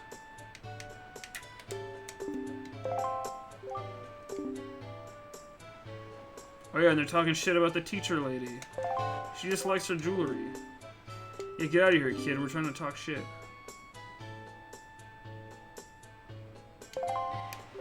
Oh no. Oh no. I don't know. I do a thing where whenever a new Zelda's coming out, I play the previous one. So when Breath of the Wild came out, I dipped into Skyward again, and it's a game. And I think I understand why so many people are like split down the middle on it. You're like, most people are either like, this one's okay, and I think I stand in that camp, but I definitely like get the like, nah, fuck this, because like I see the ideas and I see the cool stuff and I see like all the pieces are there for something to be like truly like ace, but I think I also see that it's just like there are places where it falls apart. Like, what? I haven't found your daughter yet, my guy. Like, I've still been on this island meeting everyone. I think we pretty much circled the island once. Poor guy. It's okay. I only feel so bad for him because we'll see what happens to him. We'll see what happens to him later in the game. And unfortunately, we can't save Tingle right now. But we're actually going to go right here. So I can take a few pictures. Because this is the photo box house. And what's fun, too, I mentioned earlier, so let me talk to this guy first.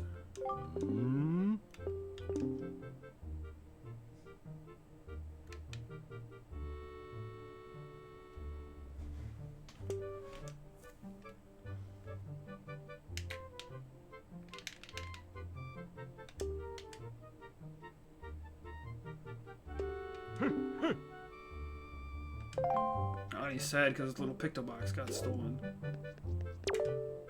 How'd you get it back from him? I thought he gave it to you.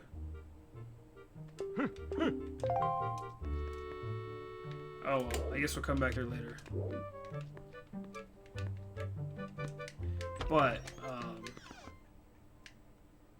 shoot, I totally brain farted now at this point. No, Skyward Sword, Skyward Sword. Skyward Sword's good stuff. I think it's got a lot of cool ideas, and I think there are some strong moments in it. I think the characters in that game are on par with some of the better ones like this.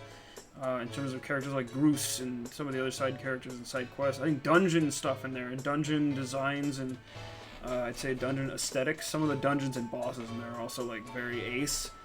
But I think more of the core elements, like not much of an overworld, like very extreme linearity, and just other aspects are what really divide people on that game. And that game does have some dead zones in it. Like, there's just points where you're going back and forth, and it does drag a little. I think the final boss in that game, which now I guess we'll dip into Ganon discussion. It's not my favorite Ganon, but the final boss of Skyward Sword might actually be one of my series favorites. It's not... Like, the game as a whole is by no means, I would say it's not even in my top 5, but I don't have the disdain for it that many do, but I totally get it. I think some of the strong moments shine through for me. But it's very different. But I think over time... Let's see. Don't you think people need to open their hearts a little more than their wallets? Man, look at this guy, philosophical over here. He's been kicking around this crazy world for a long time. This guy's thinking in like 30-20, not 20-20. Thanks, guy. But yeah, I think Skyward Sword's alright. Someday, if I can get my whole waggle setup going, we'll do it up. But for now, do the kids have anything else to say? Oh, Pictobox. Oh, Killer Bees, that's their gang name. I forgot about that. Thief stole a Pictobox and was held in town jail. Wait, yeah, Tingle stole the Wait, but the box he stole never... Wait, hold on a second. Hold on a second.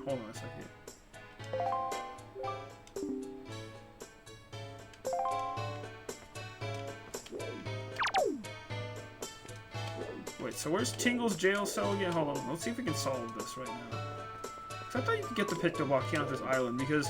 Okay, because at a very early point, either now or at some point very soon, we can get the Picto Box, right? Okay, so I need to get up there. And the Picto Box is cool and all, but I mentioned a side quest early on in that you have to take pictures of characters and not the box. I think it's the box. Somebody, there's a guy either in this town or somewhere else, but I'm pretty sure it's here, will make models for you. No, it's not here, but there's a guy that will make models for you, and it's just a fun side quest. I think you get like a heart piece or two, and then some other side items. You don't have to do it, but it's fun. But there are like one-time only appearances. God. Yeah, there are like one-time only appearances of certain characters where it's like, if you don't get them, it's like they're missable. They're super missable. And thankfully, the second run of the game you can do, where like Link's in pajamas the whole time, the quarantine quest, you start off with the Picto Box, and that makes it way easier because some of the missable pictures you're supposed to take are easily takeable from the beginning if you have that. Because, you know, spoilers, the characters appear for the majority of the game, but your access to them, as in, like, looking in front of them and taking a standing model picture, I'm referencing the pirate crew and even Tetra, you only have a few instances where you actually are, like, you have free roam to mess around and take pictures of them, which is interesting. Okay, I don't...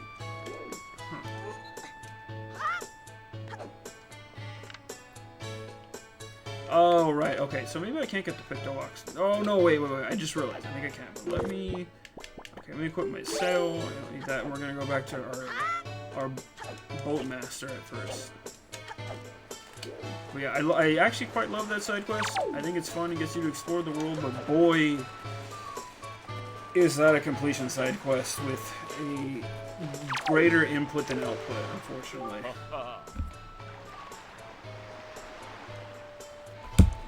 But it's definitely a fun one. Yeah, we got the sail, my guy. Can we do it now?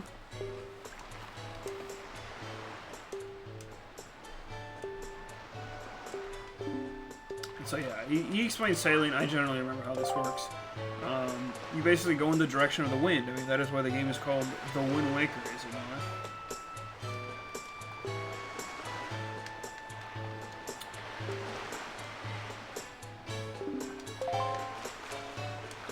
Get in the boat. And so you have your little arrow, and that is thankfully not like a Grand Theft Auto style go here next arrow. That is the arrow in which the wind is blowing. And that's something you always need to be aware of. But the wind is blowing east because you can see on our compass we are facing north. And then as far as maps, look at this. I love this so much because this is like more old school Zelda style in terms of like an actual squared off tiered map. Most of the newer 3D Zeldas all have some sort of world map that's like big, sprawling, like you explore the whole map. But because this is like an ocean chart, they section everything off like this. So there's like an island for every square, and that's so cool. And that's why I think like this game feels big. It's big. This ain't just like Hyrule feels big. This is big. It's good stuff. But listen to the music kind of get slower as we're going, so what you want to do usually is just like pop the sails, and then we're off. And look, you can jump. Wait for it. Yeah, there you go. You got the music. We're doing it. We're Wind Waker. The ocean is full of stuff, so we kind of have to stay in the direction. But look at this. We don't have it yet. When you get a certain item, you can go to that shiny spot, and then you can drop your crane there, and usually it's like rupees or something else, but... Yeah, look at this. And like, this is what sold me on this game so hard at first. Like, look at this. This is a big-ass adventure. We were way back there. And while a lot of the ocean is pretty much the game kind of masking loading screens. Hold on.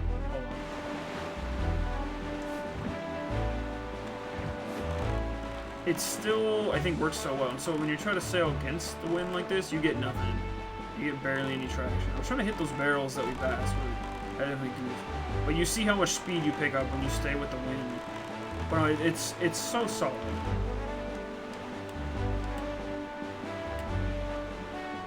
And this this sweeping overworld kind of movement that we're doing right here. This is, I think, what like, people say Breath of the Wild was missing smaller things. This is one of those smaller things I think it was missing. I think the game, I don't think it would have benefited from an overworld, but I think music that was a little stronger would have benefited the game. It did not need an overworld thing like this, but for how much time you spend in that game's overworld, I think something more than like, somewhat anxiety battle music and then like rando like piano chords every now and then would have been a little nicer. But I don't know. Nothing beats this though. This is my stuff. Like, sailing is so chill in this game, and there's so much more to do. Like, you can fight on your boat, and you can go treasure hunting. There's a lot that we'll do in time. But this is so much fun. And I think this is what ended up nailing in my head is like, yeah, first time you get into Hyrule Field, it's cool, but it takes so long for you to get your horse an Ocarina of Time, where it's like when you get it and you hop the fence, it's the coolest thing ever. But that's like halfway through the game. This is like, what, we're like an hour-ish in, boom, like we already got the boat, we're going.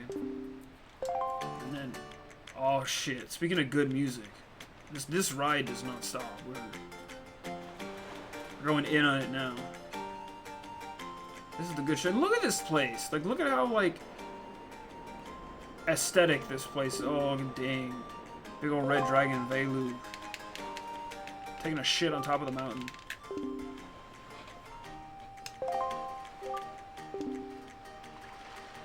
Ask the people of the Rito tribe who inhabit this island about how to see the dragon. Oh, you got the here's the title drop item, the Wind Waker. And so this is back when Zelda was still really like pushing like music as a core aspect of like pushing games forward too. Which like you had the Ocarina and the N64 games, but this, like the actual like Wind Waker, it's a baton. And that's how Link controls the winds to tame the sea. It's wild.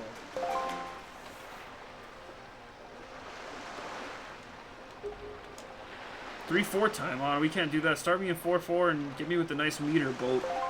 I don't know how to play music.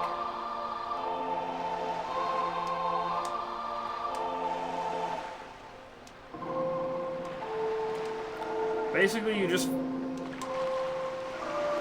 Oops. Basically, there's the dot in the middle, and the line goes back and forth, and you play a tiny little rhythm game with it.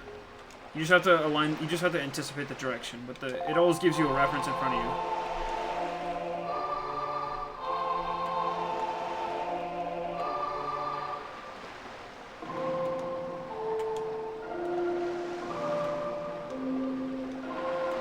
Oh right, I'm silly.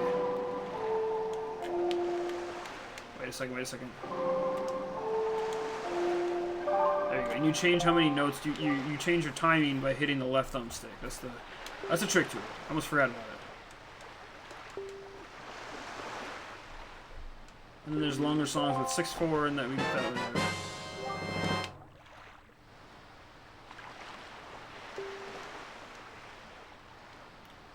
But yeah, after this, Zelda games still have like a musical aspect to them.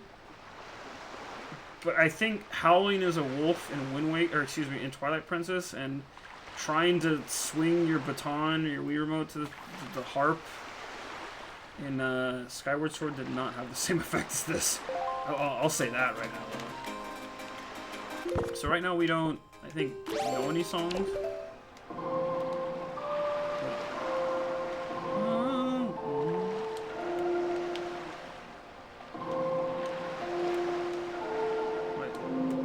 Try to remember the song for the wind.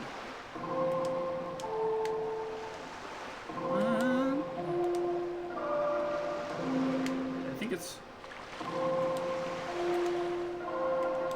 something. I don't know. We'll get back to it later. But because we're on a non-stop ride of sick, cool characters, look at this. Look at this boatman over here. Up, left, right. Okay, yeah, no, that's terrible.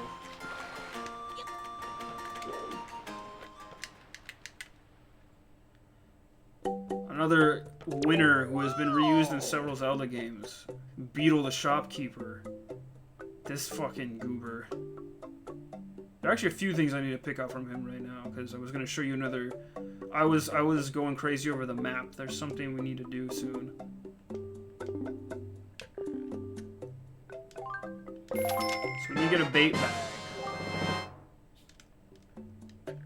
What do you do with bait? Oh, we'll show you.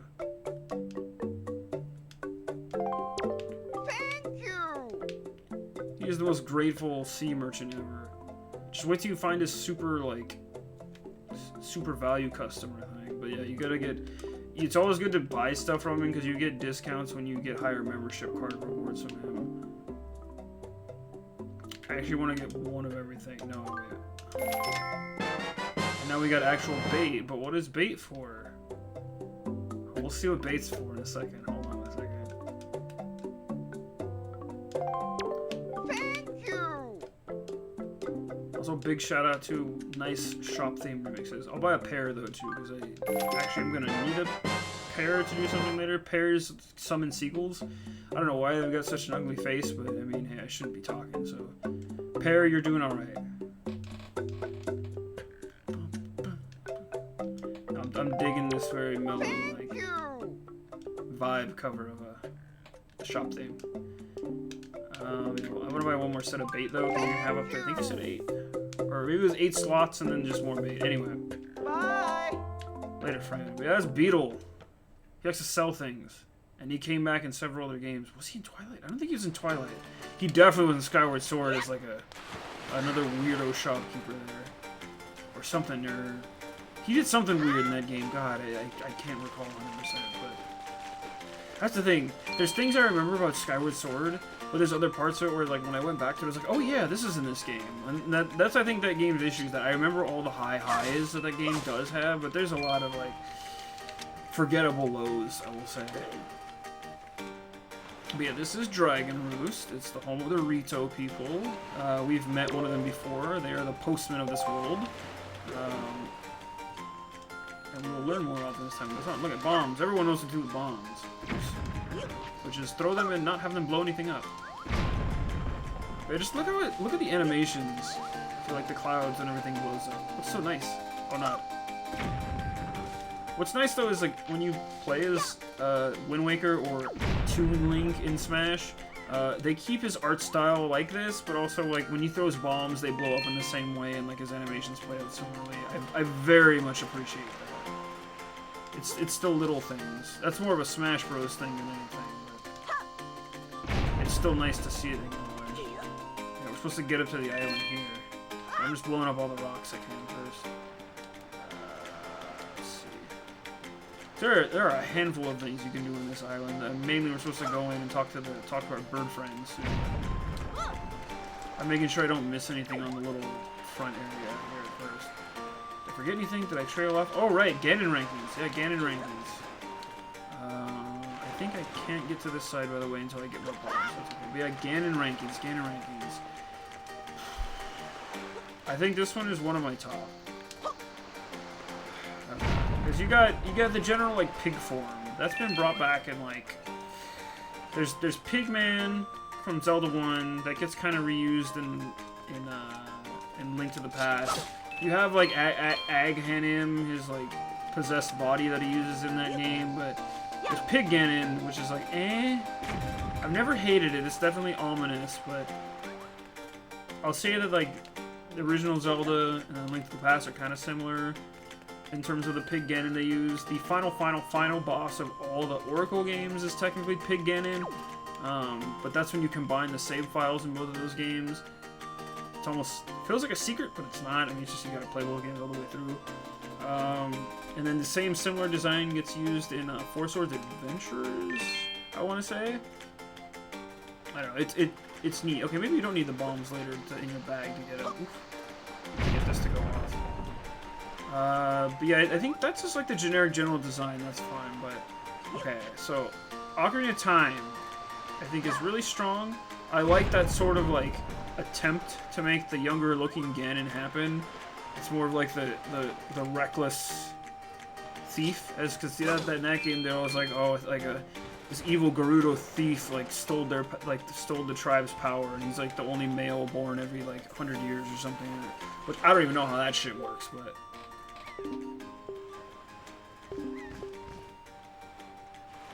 Hold on a second. Oh yeah, but this is our postman friend. Yeah, of course I traveled far with no wings. I got a boat. He talks. What do you got? Oh, he's got wings. It's okay. Damn. He didn't have to say anything. He just had to move his eyes. And he knew that his sister was not there. Yeah, meet me the chief. Show me the good stuff.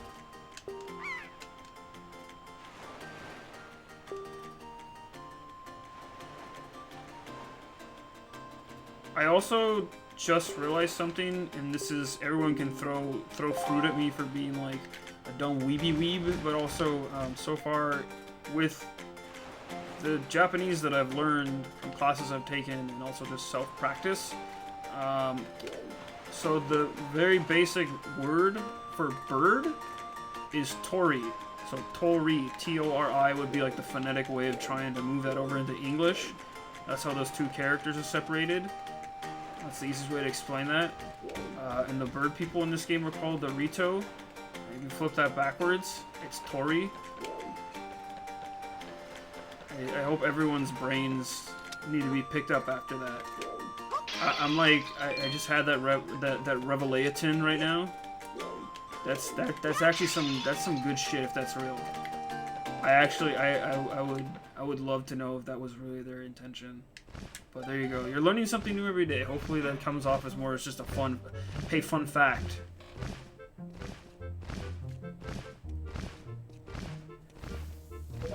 Oh yeah, Dragon Man is angry though. Sup, dude? I like how they're all just people with bird noses on their face. That's cool. Yeah, it's me. Quill has told me, or Keel has told me all about you. Troubling tale indeed. Yeah, help me find my sister. No, but these people are cool though. Well, can't solve my problems till I solve your problems, can I?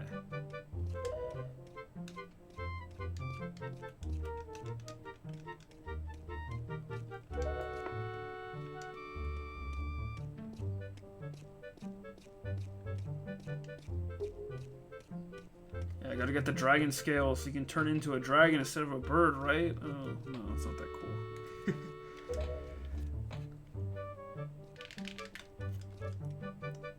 Yeah, Dragon Man is angry now. He's having a bad time. He's stuck on top of the mountain. He's not having it.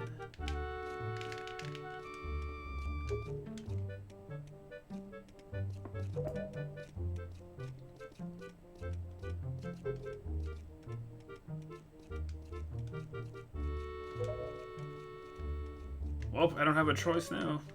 Yeah, screw you, Link. Your sister might be dying, but help her angry dragon. Alright, yeah, Prince Kamali.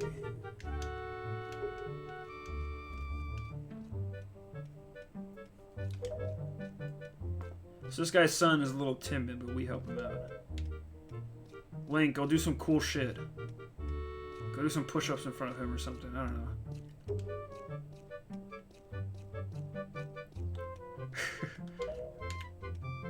Yeah, someday he'll get his wings, but who knows.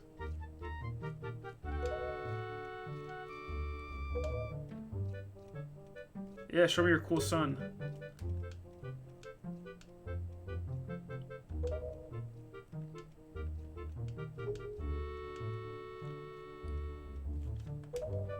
Oh yeah, and then Medley, the girl as well, of course.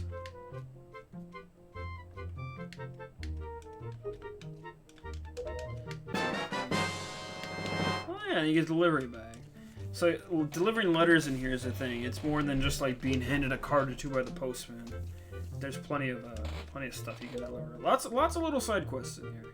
Definitely a lot heavier on that than I think the last two games. Even though Majora is a game mostly of side quests, I feel like this game is a balance between like the big adventure feeling of something like Ocarina, but like still side quests. Each like major island you go to is still full of people worth talking to. The minor islands still have like some things to do, dungeons to explore, enemies to fight, etc. There's always something to do, and I think that's why this one's so strong. Yeah, let's go talk to the prince. Deuces, you gotta go deliver mail. Okay. These two are one of the areas. I think I know where the girl is.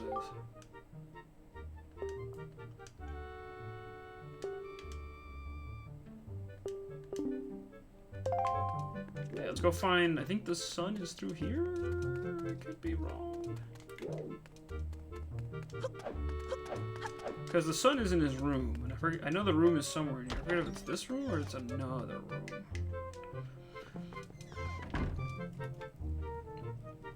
Oh, perfect. I still got it. Ah, this is why we need to help the sun. I almost forgot. I look at him. He loves it. Got sick clothes. And he likes birds. What a perfect bird prince. But yeah, so he's got...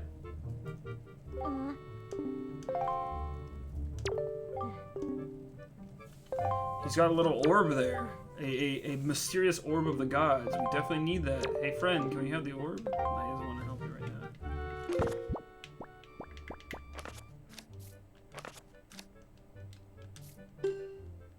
I got nothing to give to him right now, though. Well, I just wanted to make sure he was in the right place. But yeah, now we're going to find Medley, which is another one of the Rito inhabitants of the island. But she's super cool chick. No pun intended, because hey, she's a bird. Okay, let's roll out.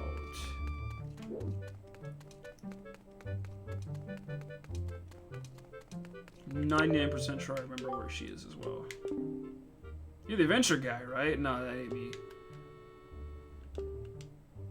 Oh yeah, and this guy's girlfriend wants golden feathers. Here we go. Oh, never mind. Also, for the eagle-eyed folk, again, no pun intended. Take a look at Medley's shirt there. These are Rito people, right? New race of people for this this Zelda game. But look at her shirt though. For those who are eagle-eyed, you'll know that that symbol is actually a symbol from Ocarina of Time. It is a symbol that was used on one of the 3 sacred stones in that game. We're going to talk about that later, but keep that in mind. I just wanted to note that here, but yeah, everyone's making fun of Link's clothes in this game. He's just getting beamed. But yeah, her name is Medley, which is, I think, just a pun on the word medley. She's still studying to just be an attendant, but she's a cool kid.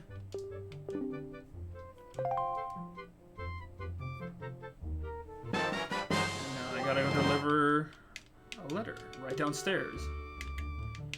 But I guess it's cool if Link does it in his silly outfit, but not her, because he knows her.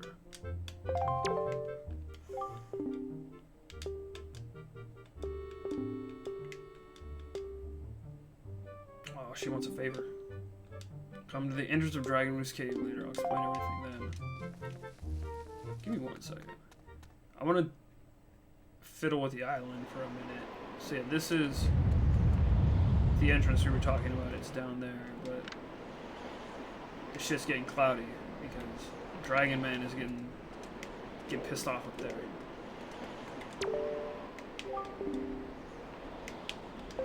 Yeah, the lake down there got all dried up. Anyway, Ganon rankings. Back to it. I think Ocarina's pretty solid.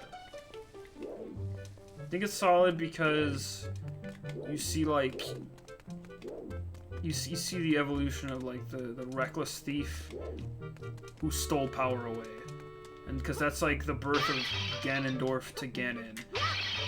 It's the what is it? Ocarina of Time is, for like Back to the Future fans, Ocarina of Time is like the 1985 of Zelda games. Like it's the crux point where like everything changes, or maybe it's 55. Well, no, 85. 85, yes, 85. That's where everything changes. You know, in terms of like timelines, all that shit.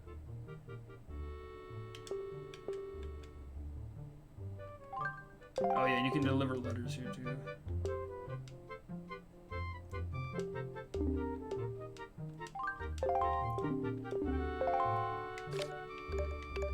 Oh god, how fast am I?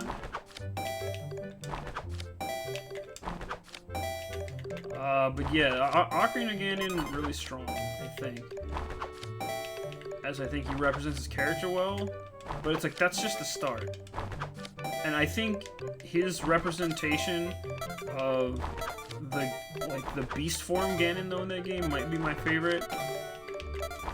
just because I think it's the most ominous when he like rises from the ruins of the castle in which you think you literally dropped on him to kill him. He wakes up and he's like, nah, we're still back. And then he morphs into giant, like, evil creature. 1 rupee, so it comes to 8 rupees, alright. So that's just free money, but I forget if there's a time limit on that job. That's okay.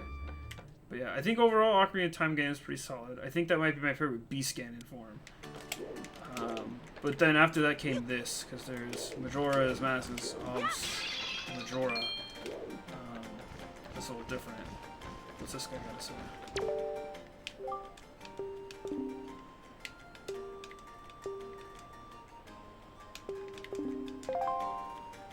Later. Yeah, eventually you can kind of get over there, I want to say. But you need other items way later to get that. But yeah, Ocarina of Time Ganon really strong. And then you had this one, which there is no Beast Ganon in this game. I will say that. It's not much of a spoiler. But I think this one stands so high up because it's implied that the like older, kind of more like pudgy, but still like more grizzled looking Ganon in this game is supposed to be like he was already sealed away as he was at the end of Ocarina of Time. So it's like he's back and he's out now and he's just like trying to cause havoc on the seas, but also trying to, you know, stir up some other bullshit, which we will get to. Won't spoil everything right now, but I think his design is so strong because it's just like he's the old man who's trying to come back, and it sticks out compared to the others who are just like, you know, crazy angry villains. You get a little more screen time with this Ganon too, and like when you start to get the full screen time, it's solid as hell. It really kicks in well, I think. Okay, I'm gonna go deliver the letter now to the kid. Yeah, no, that's a good one. And then so after that, see, Twilight Princess is not bad, but it's a lot more like Ocarina Ganon. That game draws way more parallels to Ocarina, I think, than this one does. Not in a bad way, but I think the design is a little more like it, and I don't hate it, but I don't love it. Like with the hair piece and like his hair curled back and stuff, and he's like, that one's way more akin to Ocarina Ganon. But let's see, what? Oh wait, I'm supposed to hand him the letter. Give me 1 second. We'll finish criticizing that one. Yeah, a letter from your father that he couldn't just come hand you down the hallway.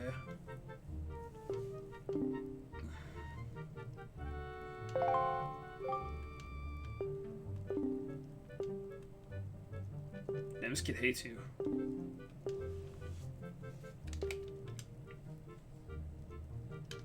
Oh, he's calling me out. Link, can you save the island? Yeah, we gonna do it, of course. Let's get out of here. This shit kid don't know what's coming. But yeah, Ocarina... okay, wait, no. Twilight Princess Ganon might be one of my lesser Ganons. Because I don't really like the big dumb pig beast form.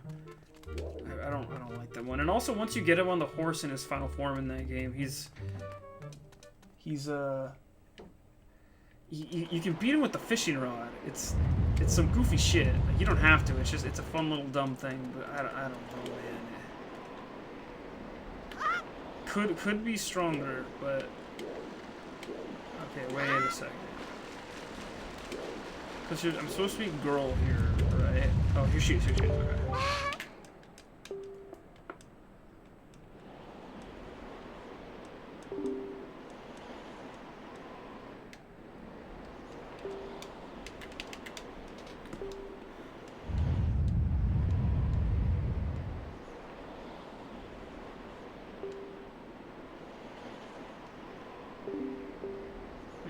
Prince didn't do shit.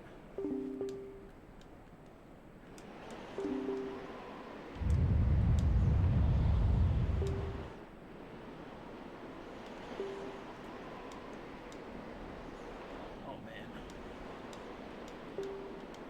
So thankfully, I don't think the dragon killed her. I think it's just implied that time is passing and he doesn't trust her as the dragon's attendant yet, but everyone's got to grow and prove their groove, as it were.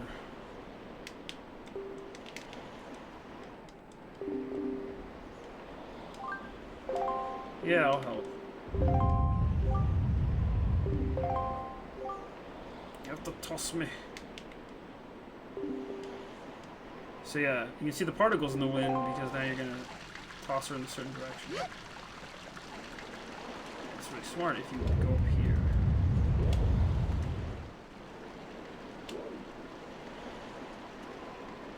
Wait for it. Now.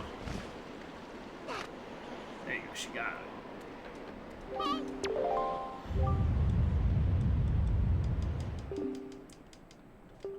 Man, she ain't gonna be fine. She gonna die.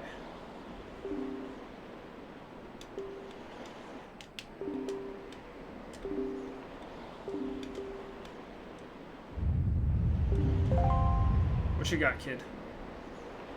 A bottle. Great. Now, bottles are like the most god tier items in Zelda games where bottles exist. Do anything with a bottle. Bottles literally save your life. But yeah, so watch this. So earlier up here, you may have noticed that there were some bomb plants, right? We've seen them on the island so far. And they look kind of dried out and different. So now that we have a bottle of which to hold water, just give it a little drip drop and boom, you got bomb plants. Intuitive. And now that we have once again freed the spring, we can get across. But I'm gonna go talk to the birds inside and make sure there's nothing else in here.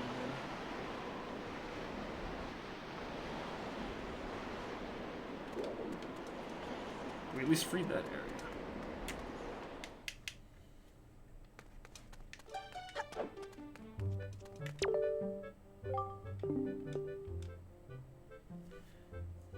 Oh, unfamiliar creatures. Oh no! Which is odd because I know Medley can't fly well enough to get to the Roost Cavern entrance by ourselves, so I figured it must be some mix-up. Damn, hard shit's going down. I guess I gotta go back. Keep going.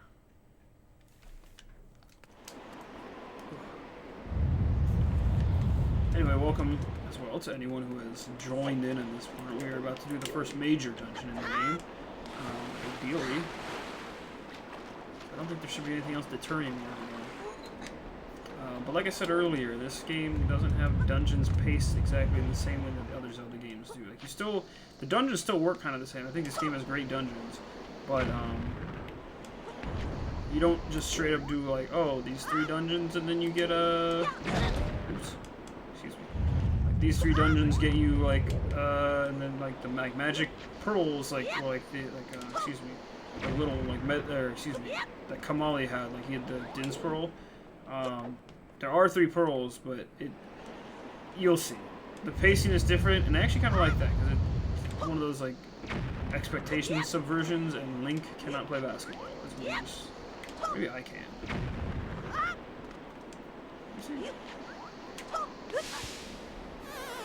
Oops. Oh, did I goof that up? Yeah, I gotta not touch the lava. Oh, I goofed that up. That's okay. Apologies. Well, if anything, I'm trying to get the bomb in that hole back there. Because I can get past and get into the dungeon, I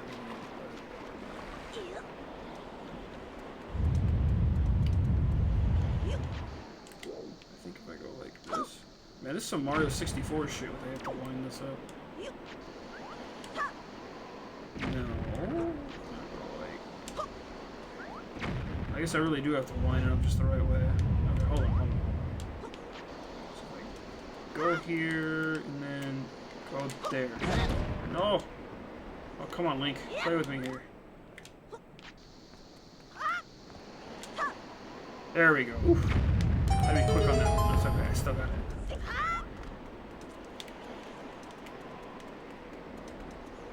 Okay, let's get in here. Yeah, we in it. Dragon Roost Cavern is a fun dungeon.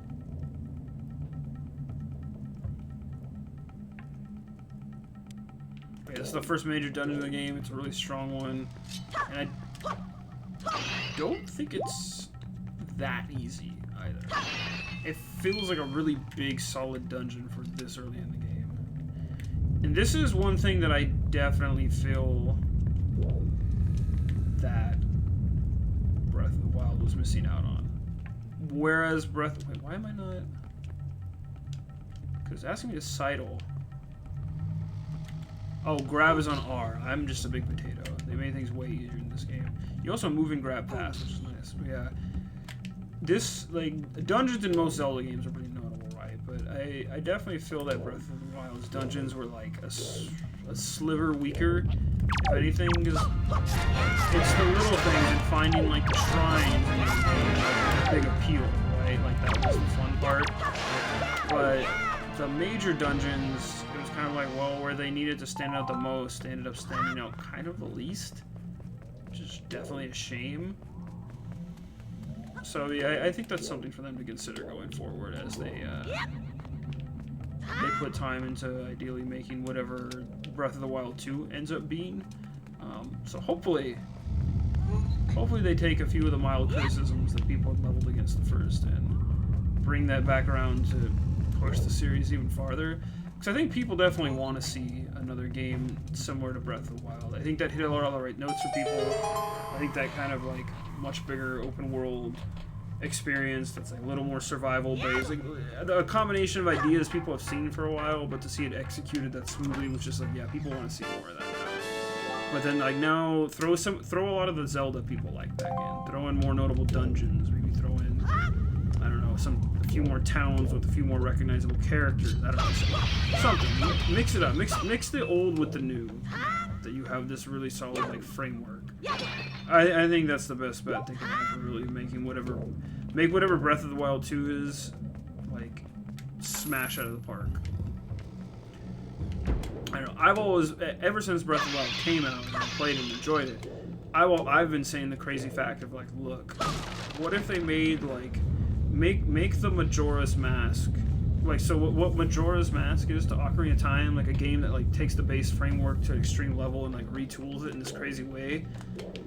Take that idea, but do that for Breath of the Wild. I want whatever the Majora's Mask is, but for Breath of the Wild. I want to see that, if that idea makes sense. Like, go off the rails, do something crazy, really, like, buy into it, like, push to make a really unique and interesting game, and I think some cool stuff will happen.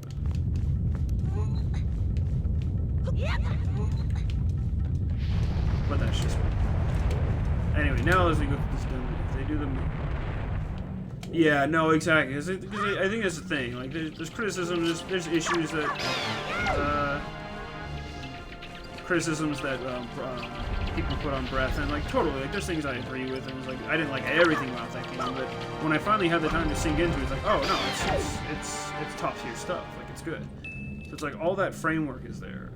So, like, take that now and, like, either put that icing on the cake to really, like, make it feel like, okay, here's some classic Zelda stuff in here that's just, like, ace, cool, you did it, versus go even farther and just, like, go off the rails with it. That's I think, what would be, like, what would make people go insane for whatever that game ends up being. We got these water jugs in here, by the way. Really weird place to just store water, but, hey, you can make magma pools. So that's cool. But I'm curious. I'm curious to see what that game ends up becoming. Oh god, that one is sinking into the lava. I don't like that. So let's jump over this one. Oh god. Very temporary. These magma rock overs.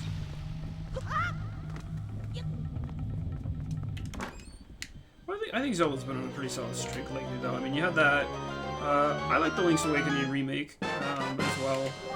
Yeah, that's a game that hasn't been touched in a while. I'd love to see them tackle the Oracle games. Those ones are long forgotten, I feel. Like, people still play them, and you could get them on the 3DS eShop, so they weren't, like, completely left in the dust. But, yeah, I'd love to see those get a similar revisiting, because not everyone I know played, or most people I know really didn't play both of them. It's a fun experience getting to play both. Oh look, little chew jelly guys. Very unique enemy design on this. He's gonna drop a little jelly. Hell yeah, give me a jelly. So again, making useful items. You take this, you take it to a guy in a shop, take it to the potion master, and then you can get him to just make like a red potion for Link. So using items to make useful shit. That's cool. Again, the basis of a lot of ideas in Breath of the Wild there too. So there you go. Wind Waker did it first. Shit.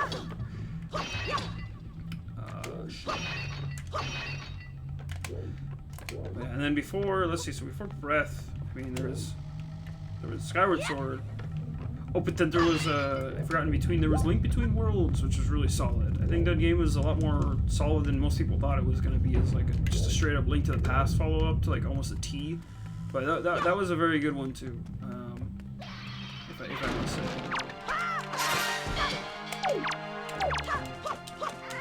So I don't know. I don't know where they're gonna go next with it. I think whatever Breath of the Wild 2 ends up being, if they can, address those criticisms I mentioned, then yeah, they'll be solid.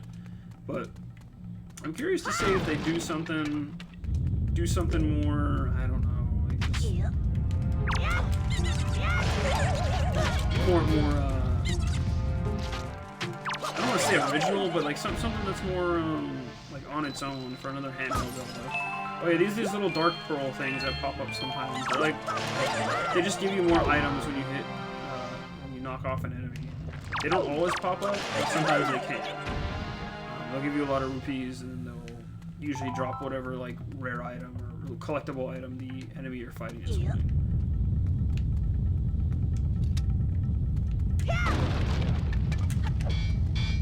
Anyway, dungeon and Ganon rankings. Let's get back to it, because can't forget.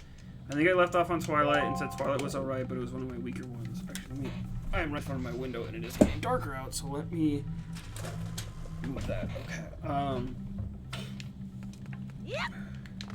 Let's get down here. I got a key. That's good. But yeah, we left off on Twilight Princess. I think that one's okay, but then naturally going next to Skyward. I gotta say, for those who have, I don't want to spoil what Skyward Sword's final boss looks like, but I think Skyward Sword's final boss looks really cool. Much cooler, honestly, in my dumb opinion, than Twilight does for me. So I think by proxy of that, I kind of just, wait, do I have to? Hold on. So I thought there we go.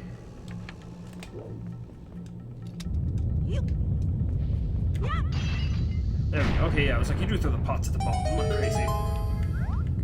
Good intuition there. Yeah, I really like the Skyward Sword final boss. It's not exactly Ganon, but it's Ganon, and you have to kind of play the game for that to make sense, so I'll just leave that on that table. Wait, so I already broke through here. Oh, but I needed the key, correct, okay. We're going. But yeah, I think that one's good, and then the one I wanted to mention, though, again, like, I love the strong design, but the one I really wanted to bring up that I think a lot of people forget about is, man, Hyrule Warriors Ganon is like the most majestic-ass shit ever with his like giant hair mane. They basically just made like Ganon into Lu Bu from Dynasty Warriors, who's just this like crazy-ass looking enemy, long-range standing enemy from the Dynasty Warriors series. But Hyrule Warriors is great. Warriors games are not for everyone, but I think because a lot more people like Zelda than Dynasty Warriors. Actually, I'm not sure about that, but a lot of people like Zelda, a good amount of people like Dynasty Warriors. The combo of both, I think, worked out really well. It's definitely one of the best Warriors games. I'm actually kind of a fan of a lot of the Dynasty Warriors games. They're stupid, dumb, hack and slash fun. Like, it is the epitome of like its own like offshoot of that kind of genre. Because there's really nothing else like it. I mean, there's clones of it, but it's the one that's still trucking. But most of my favorite Warriors games have been the crossover ones where like solid effort was put into it, which I think the Hyrule Warriors may have been the strongest. At that time, I'm sure Nintendo was like, hey, Koei, we know you do these like these B-tier games that sell, but you still sell and like keep the people buying them. You know, they don't always do super well, but you just like slap them together and here you go. And you made like 7 of them already by now, plus all these spin-offs. I'm gonna shut this bird up, by the way. Hold on. You don't want to get hit by the lava pillar. Look at this. I think it's just dangerous, and this lava pillar is perfectly just rested above my head. Yeah, but Hyrule Warriors, though, that is a fun time. That is a fun time, and I actually recently, I've been doing a thing, so like how I was touching on Switch ports earlier, where I sold off some of the games I had on Wii U, because aside from some of the exclusive stuff, oh, Golden Feather, damn it, I wanted that. That happens almost every time I do this dungeon. Because the one Rito guy said his wife wanted a Golden Feather, right? Those are some of the birds that drop them as the side item. And it falls down. Every time. But yeah, what was I gonna say? So I've sold off a good chunk. Most of my Wii U games, pretty much anything that has a Switch port now, I just sold it. I didn't sell it for like a one-to-one amount, but I mean, I sold it. You just put like threw the money back in my account, and okay, now we can sidle this way. I made it so I've just been slowly but surely going back and waiting until I see some on sale, in which I just grab like the Switch ports of it. And I popped in Hyrule Warriors when I got it finally a while back on Switch. I forgot how much DLC that game got. I remember I bought like one of the packs that had some Ganondorf costumes, and I think you got like you got Majora, like the Majora Skull Kid with the mask and everything to play as. I got a couple characters and stuff in there, but oh man, like that game got a mountain of DLC. Like they added Wind Waker characters in there. You can play as Marin from Link's Awakening. There's so much stuff in that game. That is like the Infinity game. Like trying to complete that would drive you crazy. And also, look, we're about to play Catherine right now as we pull these blocks out from the wall. That's always fun. Link is trapped in a nightmare of too many women he has to save. But yeah, Hyrule Warriors is good stuff. Hyrule Warriors has a great Ganon design. And actually, I think I might go bottom of the rung for Ganon designs. At least, not. They're all good. Like, let's end this with discussion with that. Like, they're all generally good. What do you want? Hey! See, now the boat's talking to me.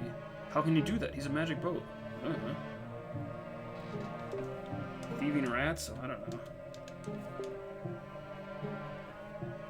So this is one of the things you use bait for, but that is not actually why I kept rolling my eyes up at bait.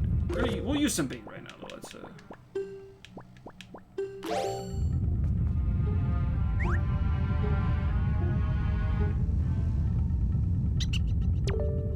Hey, friend.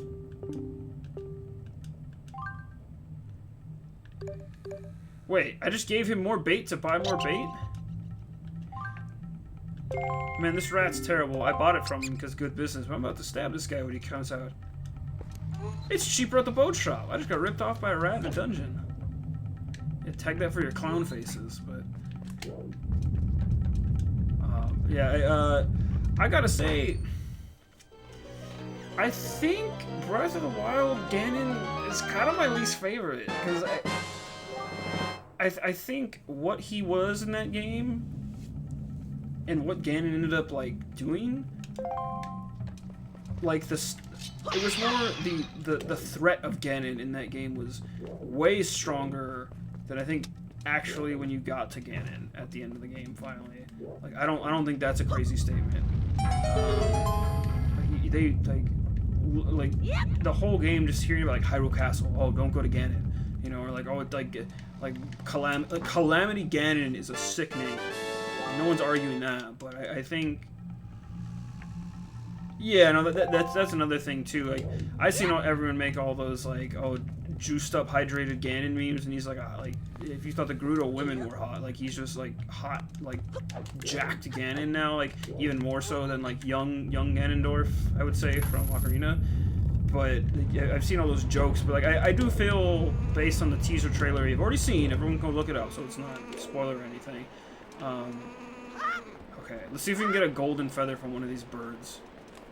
Hey, you big dummy, come here. Poke the bird. Okay, but this bird has a key, though. Okay, come here. I will be curious to see what they do in terms of if Ganon plays a bigger part in Breath 2. Where's the feather? Oh, it didn't drop a feather. You gotta be kidding me. It's okay. I can always get other ones. These birds are everywhere. Yeah, it'll be curious. It'll be curious to see. But I definitely felt like Ganon was not one of the stronger points of that game. The threat of Ganon as like this looming shadow of like you already screwed, like everything's already fucked up. You know, it's like if Final Fantasy VI started, but it started at the halfway point, and you had to learn like who Kefka was, and you know, like why is the world already screwed up and shit like that. Torch, please. So that'd be a big difference, I think. But I'm assuming 2 will tell us something like that. I hope, but I don't know. But yeah, I think that's my Ganon rankings. So I think my favorites then, because those are more my opinions, but I think my favorites are definitely, I think a solid tie between this one, and I honestly gotta give the love to Hyrule Warriors Ganon. That one is like the most like extravagant. Like he's got the big battle armor on, his hair is like a giant, like he looks like some stupid like Super Saiyan 3 Goku shit. Like he's got it all. Like that one is just lavish. Like that's the good stuff. Am I missing anything in this room? I don't think so. I wander back there and then I killed everything. But yeah, Hyrule Warriors again. And for those who haven't even seen it, he's on the box art. But like he's cool. He's cool to play as. He's one of my favorite characters to play as in there too. He's again his ults and his special in this game, because in Hyrule Warriors you have special moves as well. So like one of his special, he does a lot of specials in different games, but he has different costumes in there too. But his main Hyrule Warriors costume, and he also transforms into the giant pig, is like one of his super specials. It's like a temporary transformation. You just like roam around the map, just like destroying enemies, playing as like Pig Ganon. It's super satisfying. I don't know. I think even that the pig there has like a few things doctored up about his appearance. By the way, so this pot, you might not have noticed, but in the beginning, because I didn't say anything, this is a warp pot. What it does is you can like go back to the beginning of the dungeon, instead of just like, because we don't have an item that really does it. And usually I do these dungeons all in one shot, but I guess to me I kind of forget or take for granted. Actually, I should probably save my game, because you can just auto-save everywhere in this game. Well, not auto-save, but you have to save, but you can, yes, please continue playing.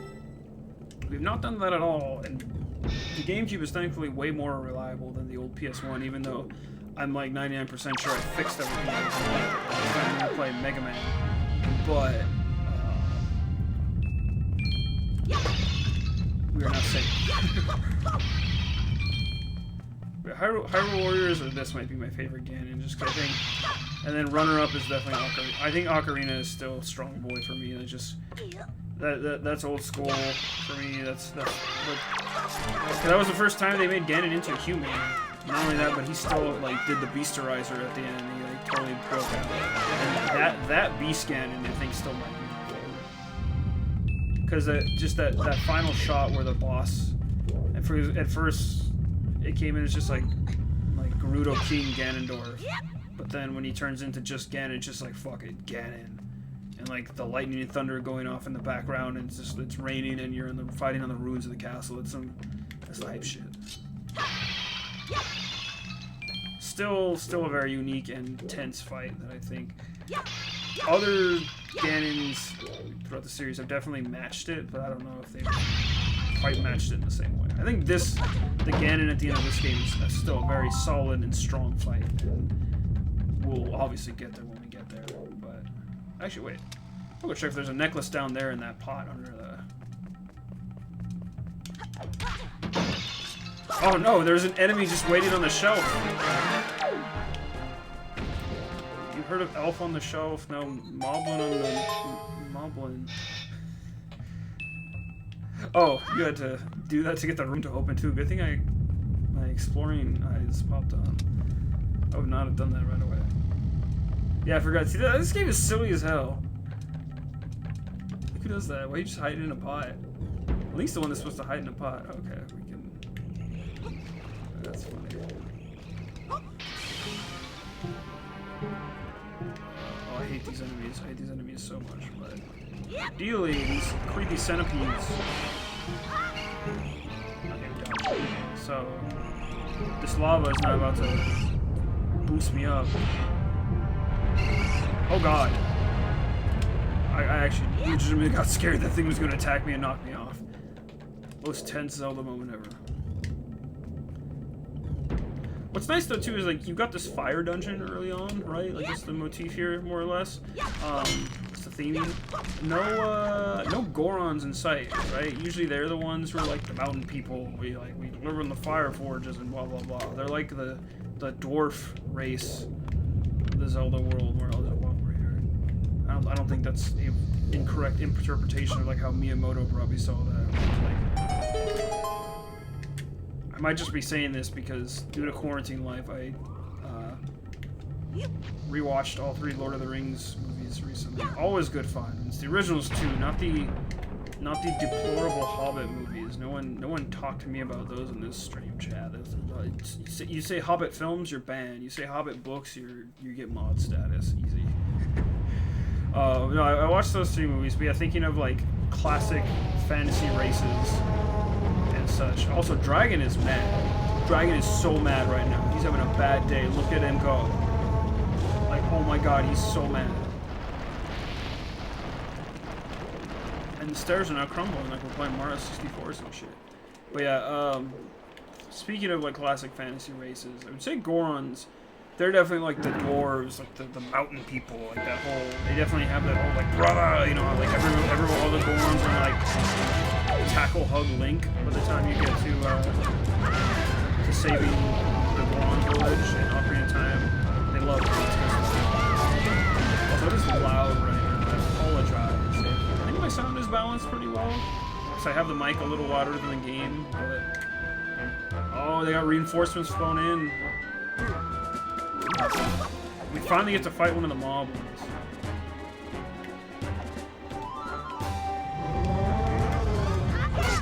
Look at that. Look at that cool counter hit.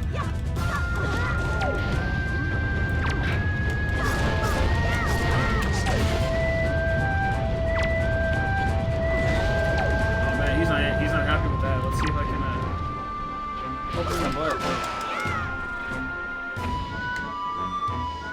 God. Very nice. You saved Medley. Let me go get my spoils. What does he give me? Oh, he gives me a little cool skull necklace. And then you give that to... I'm trying to remember if it's a girl on Windfall or a girl on Outside Island. There's a lot. All these items I feel almost always go to interesting side. Man, he's having a bad day. What is literally up his butt? We'll see.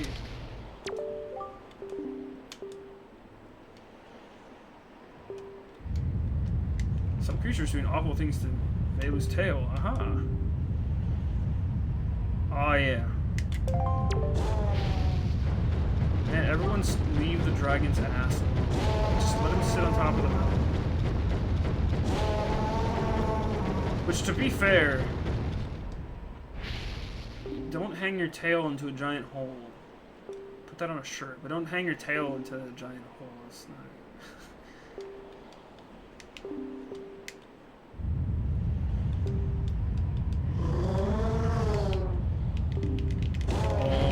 See, listen to what she said. It's a device we Rito used before we evolved wings. Keep that in mind as well. I told all you super smoothers earlier, look at her shirt and the design that's on it, and she just talked about the Rito people evolving over time. We'll come back to that. There's a place for this conversation of passage of time and evolution in the Zelda world. But yeah, so this is the grappling hook. And like it said in the description, you can also use this on the boat. Like how I mentioned, you once you get more items like this, Jesus Christ, shut up, dragon. No, you can use this on the boat eventually when we get out of here, and that's how you like capture items from the seafloor as you find them. Some are for quests and some are just for fun. But I appreciate that so many of your items are like integral into like tying into like you use them with the boat. You don't just get like, oh, here's the grappling hook and it's gone, because shoot, I guess I haven't touched on this because it's the first time I've really played a Zelda game here before. But in Twilight Princess, that's a really fun game. But that game has a lot of, I would say, like set pieces, and I feel like the items act as set pieces sometimes because there's items in that game that are like very one-use items. Like, I think most of them have a decent use, but there's a couple that come to mind. I think the worst was like the Dominion Rod, I think it was, which if we ever get to playing that game, I'll obviously show it off. But there's an item you get in Twilight Princess where you can take control of statues to solve like puzzles in a dungeon. It's a really fun dungeon. They're really fun puzzles, and like overall, it's a cool item. But sans that dungeon and a few statues that are similar that you eventually find in that Hyrule overworld in Twilight Princess, you don't use that item for anything. It is just there to help you move those statues, and it's interesting how they like they were thinking very like set piece minded in that game. It's not bad, but it's different. It's less, I would say, integral. Whereas like you're kind of always using the grappling hook in this game. It's not a core mechanic, but you use it a lot, and it doesn't function the same as the hook shot, which you get a hook shot later in this game. The hook shot gets you to different points than the grappling hook will, because you don't swing. The hook shot just pulls you like it does in Ocarina or Majora or other games with the hook shot. So it's interesting. Isn't that basically how the commandment?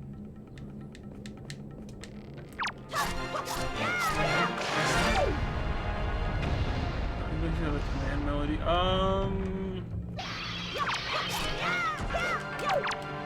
Oh, right, command melody. I think.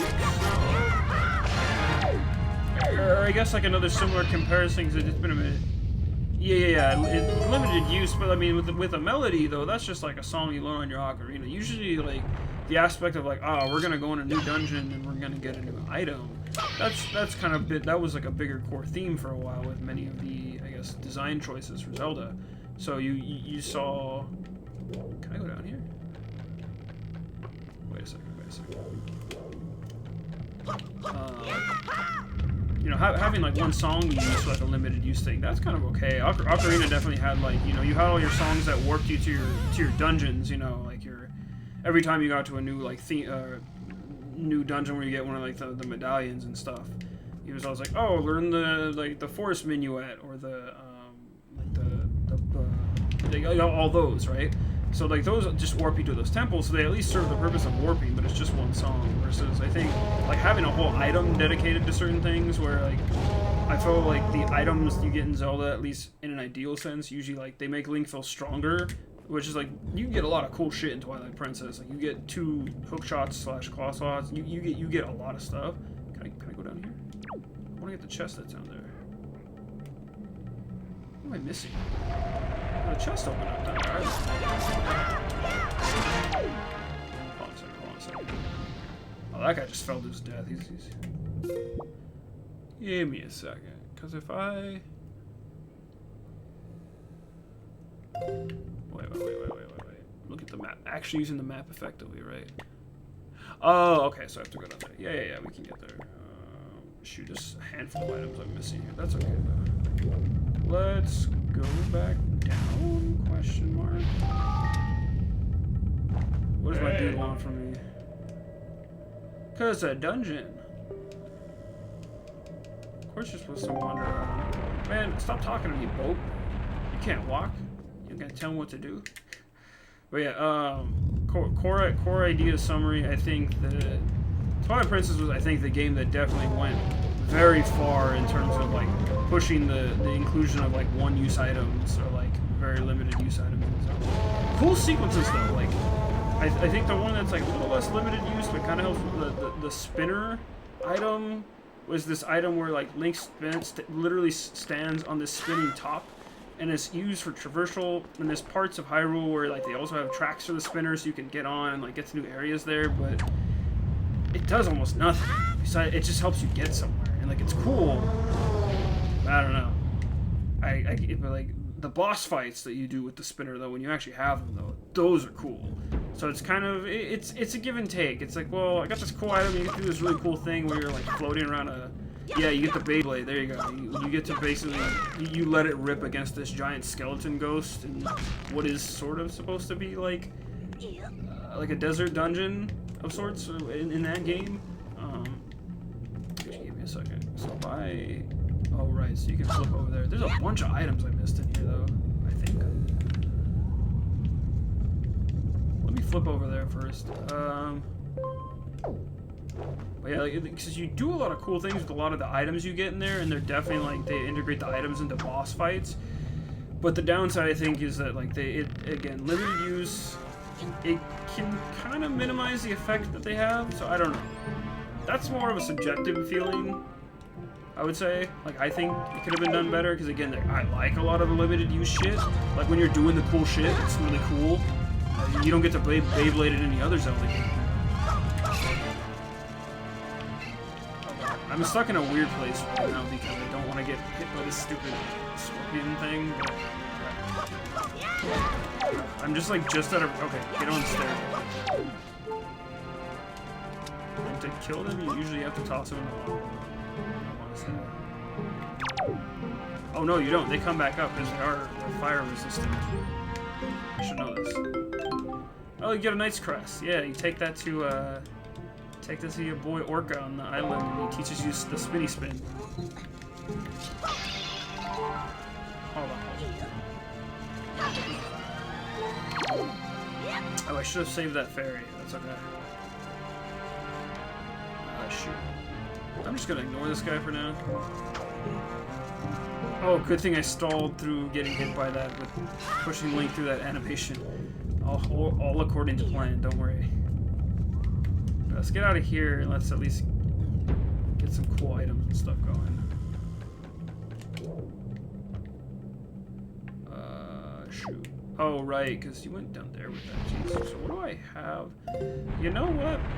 I'm actually going to use this jar. I'm not lost in this dungeon, but I think now that I have the hook, I want to start from the top or from the bottom.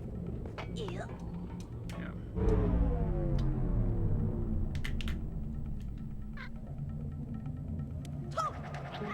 Oh, look at that cool jump pose to get out of there. Link is so cool. Okay, now I think I'm like triple sure we have. I got map and compass, but we got no dungeon key though. So we're trying to get. Because going forward, okay, there's that room in the back. Okay, so if I go.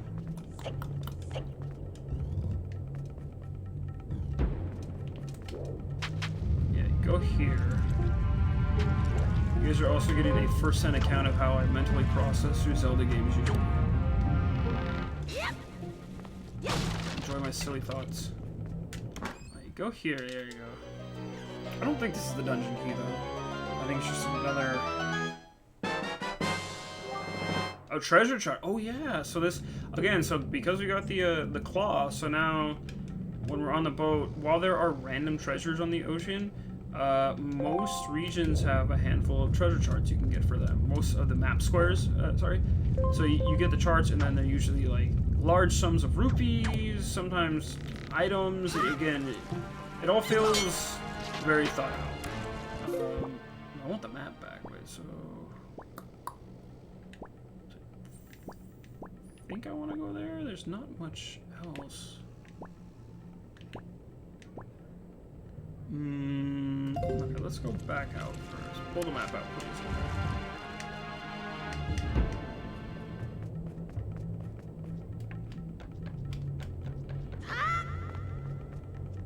Yeah, we already warped over that way. Because I want to go on that hook over there, I think. But if I can't, that's okay. I'm just mentally mapping it out in my head. Yeah, so I think I can diddle my way over there.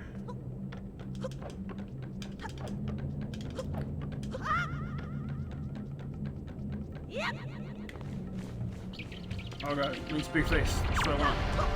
Okay, never mind. There we go. Let me center the camera a little. There we go. Oh god, oh god, oh god. Gotta get Link's momentum going so I can make this sick jump. There you go. There you go. We're doing it.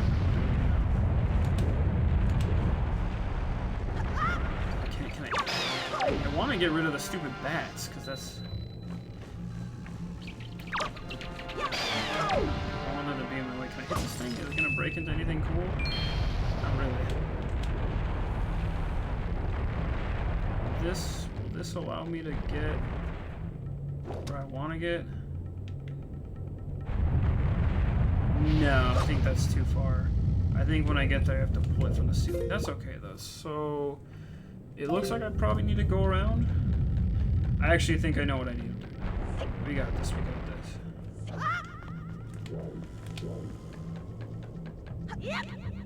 Oh. Yes, zoom right into Link's face. I love it. Anyway, well, stream's actually been going pretty smooth now. That's good. I haven't seen too many drops or anything all night, which is nice. Nice for a chill Saturday evening. It looks like... I'm not sure how my pacing will be for the whole stream set of this. I'd really like to finish this whole game. Obviously not tonight, but... I love Wind Waker. Having a full account of this would be amazing. If I had known to prep a little better, I would have prepped a file where I get to play all the way through as Pajama Link. I've always wanted to do that. And I've just never done a full file completion as Pajama Link. That's like, usually I get to it and it's like, I do a playthrough of Wind Waker, I finish the game, it's like, I finished Wind Waker, and then it's like, oh man.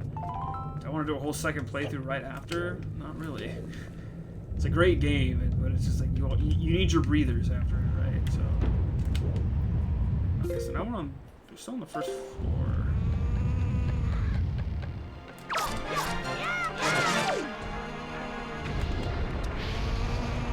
Okay, I can hear the stupid bird up here. Let's see if we can get the bird to drop the golden feather this time. Oh, wait a second. I also just remembered something. A million uses this hook has. Watch this. I just stole it. Thief's hook. This thing does everything. This hook can cook your dinner, steer your girl, do everything. I also appreciate... Oh god. Oh god. Thankfully we don't have to climb all the way back there. That counts that as just a fall off screen. Even though technically we did fall all the way back down to the bottom of the island because we were outside. If this were Breath of the Wild, we definitely would have fallen completely out of the dungeon. Yeah, I'll wait for the lava to go down. Give me a little breather there.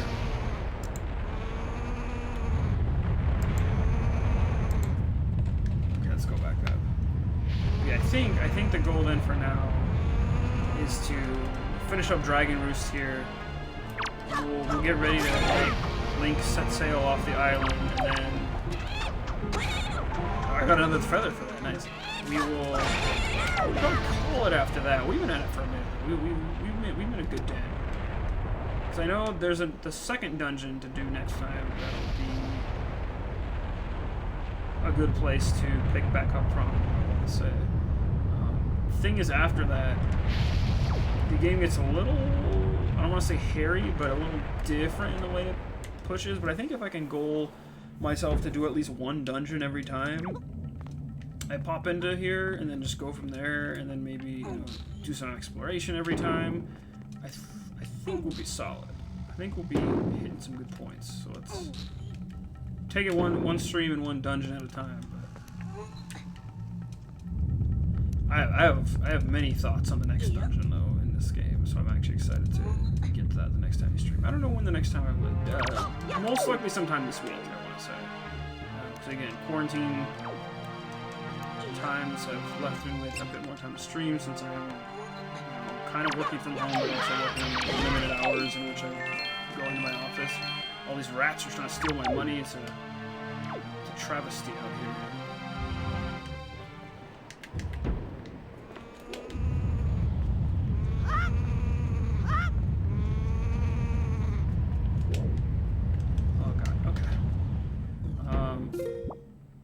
At this point, I'm just trying to... Okay, so I think I can wander back around this room. I already got all the enemies in here, since the bats. But, or, I mean, I lit the doors open, so that's fine.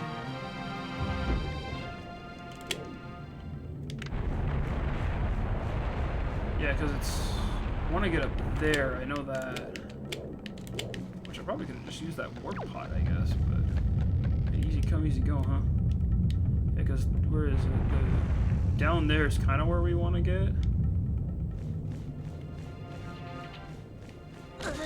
Oh god, oh god, oh god, oh god.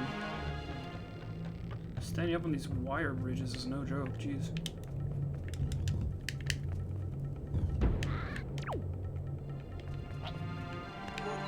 Actually, no, let me fight one of these guys. I need some hearts. I need a heart, excuse me. Can I steal from them? Oh yeah, they have the butterfly necklaces for some reason. I've never understood that. That was supposed to be like a counter contrast to the weird type of like moblin enemies they are, but I don't know. Or bokoblins, I think might be their name, because they're not the big old fat pig ones, or the small ones. There we go. Funny stuff, this Zelda world. But yeah, I really do wish I could stream the Wii U version. I unfortunately don't have an HDMI capture card. I want to get one at some point. You know, I'm trying to be conservative with my spending right now, especially that's why I stream what I have and use the means I have to get through it and show it off to everyone. So I'm glad I'm able to do that. Okay, wait a second. So there's a chest in this room. Am I missing it?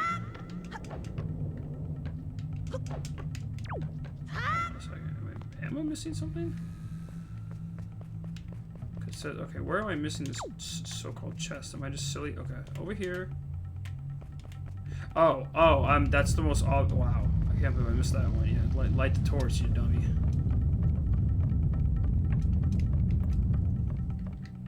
But yeah, I'd love to show off the Wii U version though. It's interesting. It's still, I think, it's a much more like one-to-one port than I think. Because there have been a few Zelda ports and remakes. There have been at least as far as 3D, they remade the two N64 ones on 3DS. Most people like the Ocarina of Time one. Had a boatload of quality of life updates, but overall pretty much the same game. There were a handful of changes made to the Majora's Mask one, and that one kind of split how people felt on it. I liked it, but I know about the changes, and I want to actually play the original because I haven't touched that one in a while, and I think some of the changes made there are definitely weird because I've seen like analysis videos on why people are like, oh, this is why it's like this isn't exactly the same as Majora on N64. Like, I totally get that. I think that's a valid enough reason where it's like if you know they change enough in a remake to where it's like it's still the same game, but it's not the same game. It's like I get it. So I'm not gonna knock people for knocking that. It's a different way to play. It's not exactly gonna satisfy everyone. But I think the Wind Waker and also Twilight Princess HD ports are really much more in the vein of the Ocarina one, whereas like those are just straight up like HD upgrades. You know, they up the resolution on everything and do a few quality of life things, but still not a whole lot of difference. That is what it is. Wait, I'm just back here. Okay, did I bean myself? Am I getting exposed on camera as not remembering how to play Zelda? Okay, no, we can figure this out. Hold on. So you go in there, and I'm trying to get there. But we want to get back to like the big main. So hold on, let me go. Because there was that other room where it said, oh, there was the... Do I need to go back over here? Because why would it present... Wow, I'm super exposing myself. That's totally fine. Let me just Nathan Drake my way back down here. Sorry, folks. I totally brain farted and think I remember what I'm supposed to do now in this room that we had already been to, but hey, at least we traveled through the whole dungeon again. Seeing where it was supposed to go, I think I got it. I think I got it. Oh boy, I feel silly. Yeah, it's okay, it's Zelda. If you're not picking your brain a tiny bit of Zelda, is it really Zelda? So yeah, I can. I think I am supposed to cut the ropes.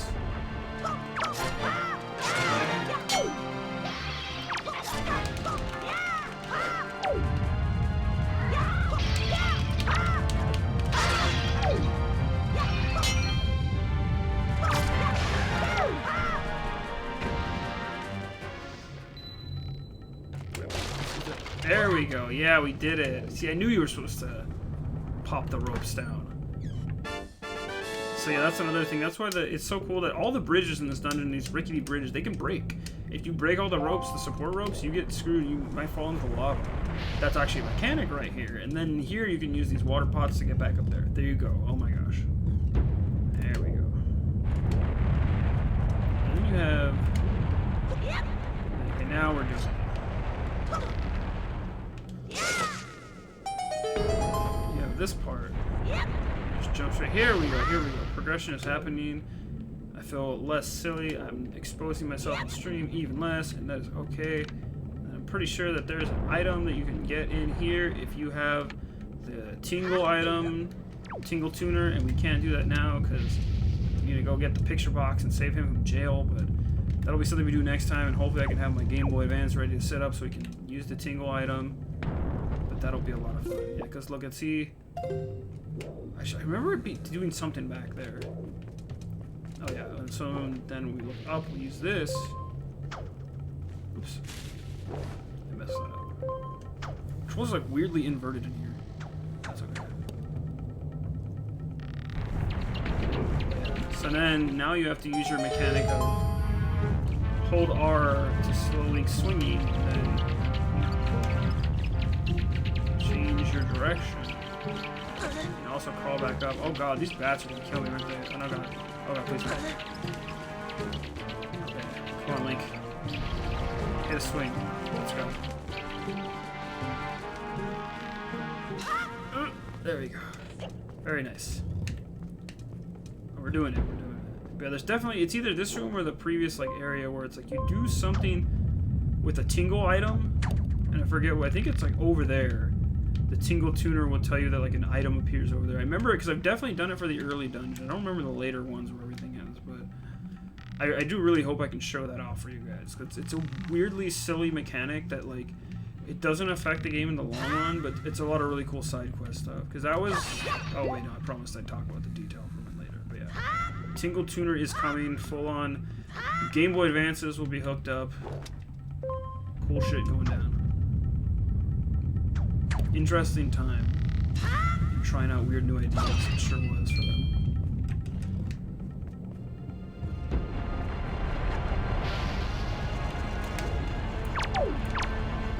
Okay, now these...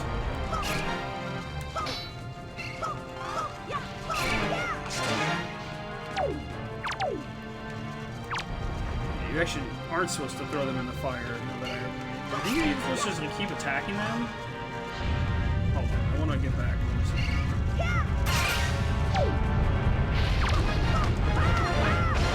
Yeah, you just keep attacking them. We're in this little ball up form so you don't get messed up. I think another one is over here. Wait. Oh, here we go.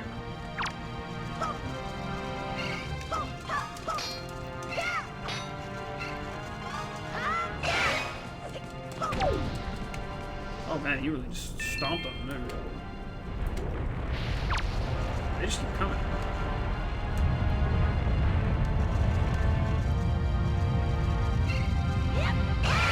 Nice.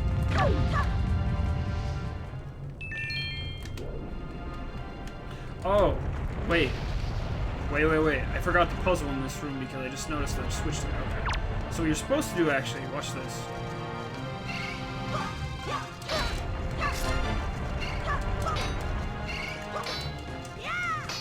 Hold on. It's okay, we got this. I totally understand. There we go. Watch this. So you can pick these up, and you gotta. This is a thinking on your head moment kind of a thing. Drop this. Oh fuck you! No, come back.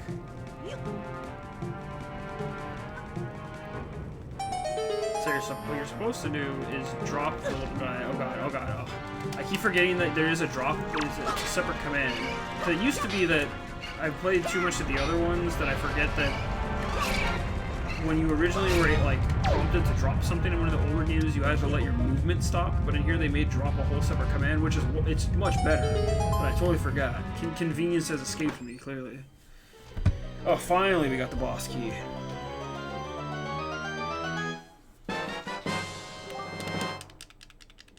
Yeah, there we go. Okay, now we are pretty much ready to rock. I think we got all the treasure chests except... No, we got them all. Again, I told you there's a secret one here and some other stuff like the Tingle Tuner, but that's another day for another time. Okay, let's go. We are bossward bound, as it were. Yeah, this has been fun so far. Wind Waker's always a good time. This so far will probably be my most, I would say... I don't want to say ambitious, that's a silly word, streaming, but my longest combined stream I think I might do in terms of trying to finish a game, because Zelda games are long. The one game type I'm not sure I would ever stream actually is an RPG. Like, there are some JRPGs I know that are like comfortably short. Like, I love the Golden Sun games. I know the first one I can beat in probably around 20 hours, which, I mean, that's a spread up of several streams, but I know that game fairly well, so I'd feel comfortable doing that, but that's like a long way down the road sort of goal for me, whereas Wind Waker is probably also around like a 20-ish hour game, maybe more. Maybe more, actually, now that I'm looking at it, I've been going for about 3 hours now, we're finishing this dungeon. But thinking about how the rest of the game is paced, probably a 20-ish, 30-hour-ish game, even kind of rushing through a few parts. But I'm gonna show off more of the game, and it'll be fine. It'll be a fun game for me to keep up with and share with y'all. But we'll see. But this will definitely have been my longest stream goal so far. I'm okay with that because, I mean, hey, things are wild out there right now, and I'll have more time to be at home, and it'll give me a fun goal and to see, like, hey, can you finish Wind Waker on stream, or are you a huge coward? No, it'll be a good time. It'll be a good time. Many laughs will be had before we get to the end.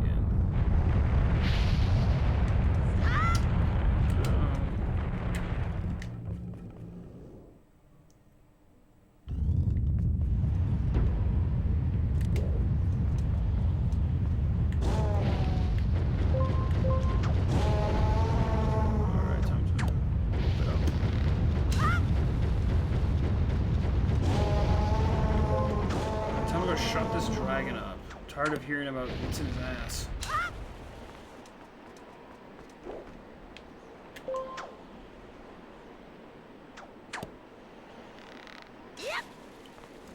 Okay, let's go. Also gotta remember to double save. The thing is, saving in Zelda games is also like, it's not tertiary, you definitely have to save, but in some of the ones like this where it's like, hey, you can kind of save anywhere. It still makes things feel threatening, and you still have to, you know, build up to what you're doing, but... Okay, let's see.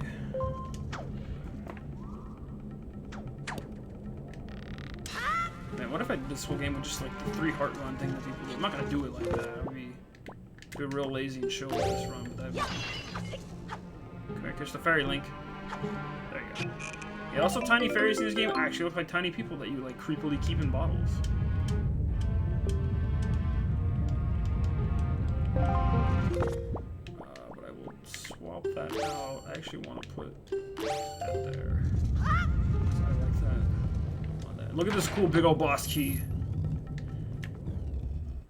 Big old eye.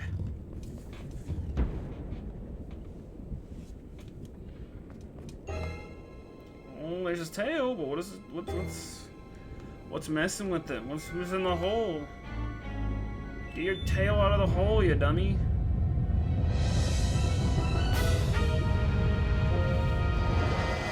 Oh, it's your boy.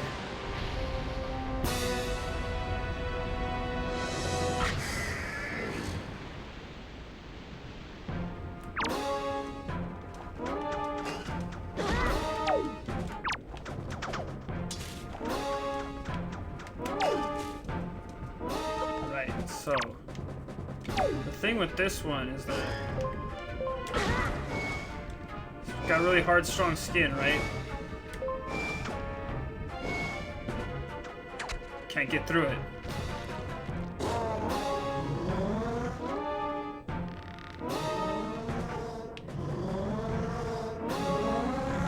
What's this?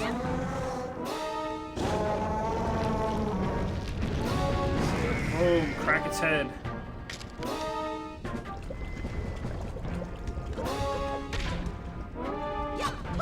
Wait, did the boss not get a title card drop?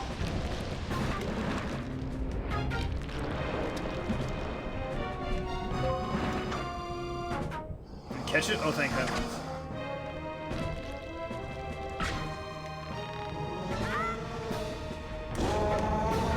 Yeah, you just gotta like, jump up here. Oh, he's cracked.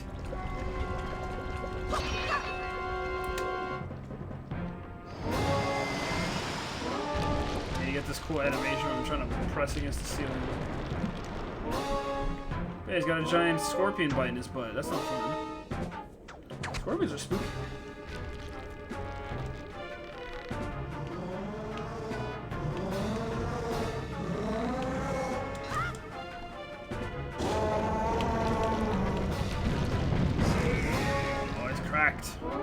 Got him now.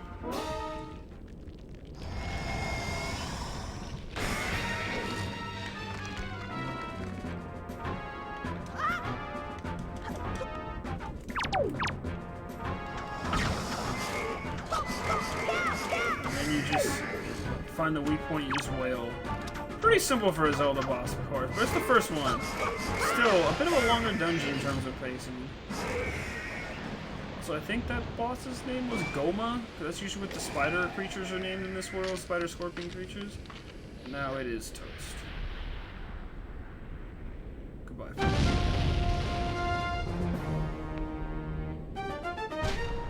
It's a giant eyeball.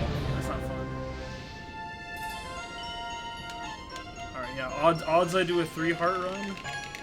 Not for this game. The volcano just clogs up and we're good. Oh, the wind. Also, really fun fact. Fun noise reuse for Zelda game. Oh yeah, that was so good. I'll get the hearts. Someday maybe I'll do a 3-heart run in a Zelda game that's a little shorter. Like maybe if I ever stream Ocarina of Time or like something that's I feel a little like not more comfortable with, but more like I could do this in a few more like shorter rounds than it would this game. We'll go wild. We'll do a 3-heart stream someday. But that sound of the fountain that like that's humming right now, even though that was not the right note. I'm like 99% sure that's like a similar sound as like when you're up inside the moon in Majora's Mask. Like when you hear like the warp go off for that. That's just the sound I remember hearing there. My butt is free. You've gotten rid of his giant hemorrhoid. Anti-pollution. Kill the scorpions. Yeah, someone get a gif of that and cap it as like LA when the traffic died down during quarantine. But, solid stuff. Really fun dungeon. Good music all around for this whole island. Like, just call it Good Music Island. Many of the islands in this game could be called that. Hello. Hey, what's up, kid? Said I couldn't do it, I went and did it. Give me your Dragon Ball, kid.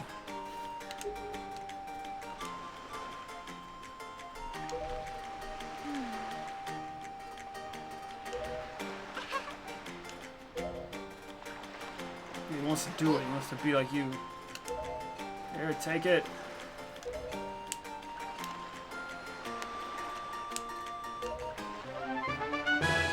Thank heavens. I actually, and also, I really like, think about this for a second, I like that, so the kid already had the pearl, right? Like, you knew the item you would get. And it's silly that it's like, yeah, like, go do the quest, so then you can go back and get the item, right? But,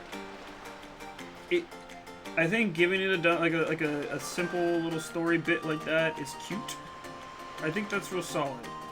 Because it feels, I don't know, there's a little more weight to it, I want to say. You got the pearl because you proved to the kid an act of, like, heroics. Versus, like, the boss dropped this magical item, of course it did. And like, nah, the Scorpion was just being an asshole and, like, grabbing the dragon's butt and like, the whole item. I don't know. There's something a little.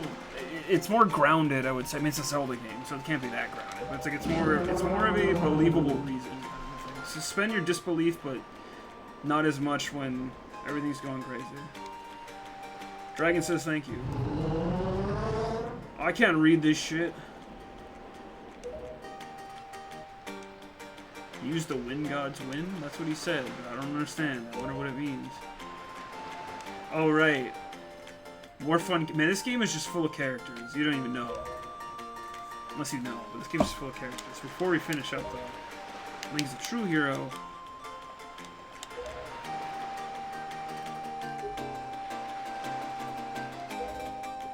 And someday that kid will have wings after the time skip. When Link goes to train with the Masters. See you later, Medley. It's okay. She gets a much cooler redemption arc.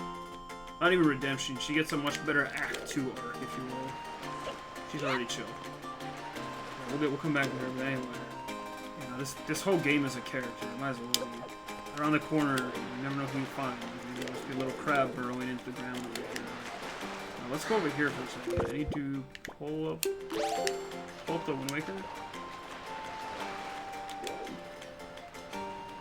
Yeah, look at this. Markings that indicate specific direction. And then this one is dead. It's broken. So,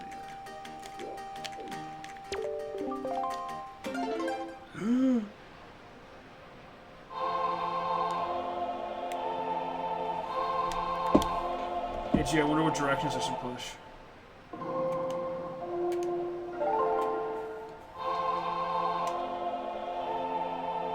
There you go. Conduct me, please. And now we can go wherever we want. Oh, yeah! My guy. Oh, his name was Zephos, God of Winds. So you're the new Wind Waker, eh?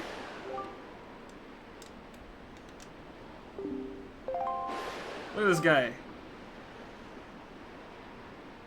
Yeah, so now we pick which cardinal direction we want the wind to go in, and then we go from there. Actually, we think we can pick from 8. Like northwest, southwest, etc.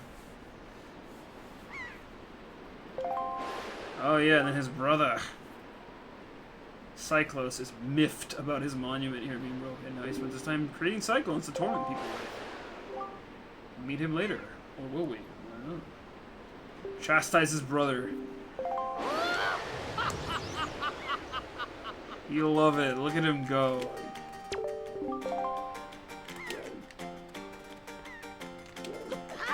Yeah, this whole damn game is full of characters. It's great. It's good stuff. So many winners. Not even just in terms of design, in terms of like, man, I just met a frog. I just met a frog who told me like that we were gonna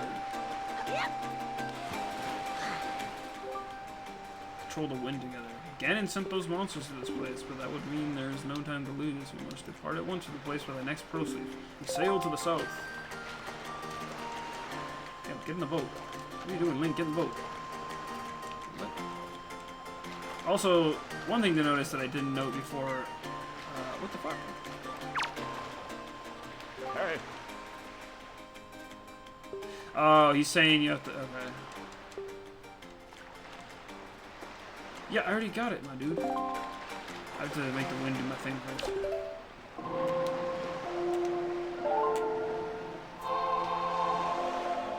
Conduct this whole game out. Screw it. Oh, yeah, you pick your cardinal direction and then you bada boom, you go.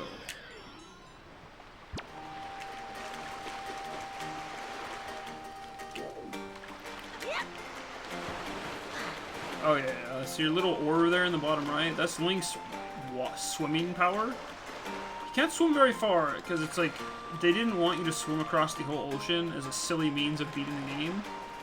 But that's it. So they had to make it so you could fall into the ocean at some point, because why would Link swim across the whole ocean? And you can also Wind Waker once you're on the boat. Right? We're going to put that away. Actually, I will tread lightly and stay on Dragon Roost so we can kick back with some chill music before we go. But, let me get out right now. I think this is a good stopping point. We finished a good dungeon, got a bit of the way through, and then next time we have some questing and such. Actually, you know what? No, I'll give some finishing thoughts, but can I get back on the boat? Okay. Because now I actually want to go to... I want to go to Windfall again. So I want to do one thing there before we call it a night. Because we've been going for a good amount of time and things have been really smooth. So Windfall was to the west.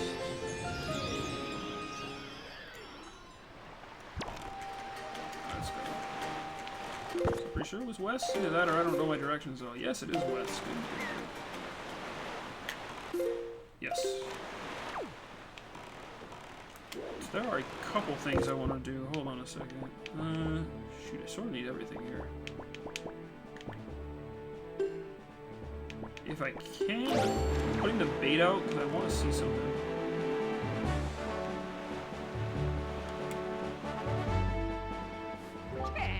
Oh yeah, there he is! This is what I wanted to see for the game ends right now. It's my guy.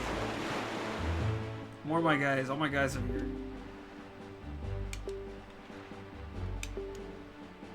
So, in every square of the map, your fish friend here.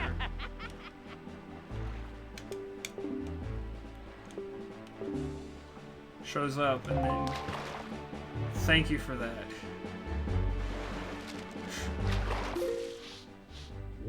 Yeah. Get a little zoom in, and then so this is how you chart out the entirety of the game. I forget if there's a reward for the full chart, but it's so satisfying to like build your map like that. And then what's nifty is he will always tell you what's interesting about like each island on the map. And it really feels like even if there's just like a minor dungeon that's like a hole in the ground with some items or rupees in it, it's like he still makes a note of why it's like kind of designed this way, or maybe you'll hunt for a piece of the Triforce there later. I don't know. There's a lot of cool stuff, but I like that they encourage you to like, hey, explore the world as best as you can. That's cool. Or all his brethren, excuse me, even though it's literally just him. But yeah, look for fish and then throw out bait. That's why we bought bait earlier. I'm very happy. Kingly Red Lion guy. Wait, my debt. What's the debt? Does the debt imply that the... Oh, I should bring that up later. I gotta remember the fish's debt. I don't remember him saying that before. What does he mean there's a debt? But yeah, charting the maps is a very fun side quest, and I'm trying to go to... I think one of those is Windfall over there. Oh, not two actually. But yeah, we're trying to get back to Windfall. Charting out the maps is super fun. The only thing is, though, you kind of have to tap back and forth in your map all the time, and again, that was a quality of life feature that was put into the Wii U versions naturally because of the gamepad. That sort of asynchronous, what do they call it, asynchronous gameplay where you can use the pad to like watch your map all the time, so you don't always need to. Oh, there he is. I think no, it's. We also watch this, so. See how there's that glowy thing out there in the ocean? Watch this. We're gonna go. It's like right there. It's gonna disappear right about now. And so watch this. We're gonna stop. We're gonna do this. Boom. I don't know. Yes, this is what I meant by you use the claw. I'm like, what a nifty reusage of, like, this game where, like, yeah, you're kind of locked to a boat for a lot of this game in terms of movement. Like, you can still get out once you come to different islands and stuff, but, it's just a rupee, it's not much, but want to explore the ocean instead of chopping down grass everywhere, just do that. Okay, where's my fish guy? Fish guy is around here somewhere. I don't know where, but let me diddle around in this area for a second. Oh, wait, was that him over there? I saw a splash. I see a splash. Is that him? Oh, it's definitely him. Let's go.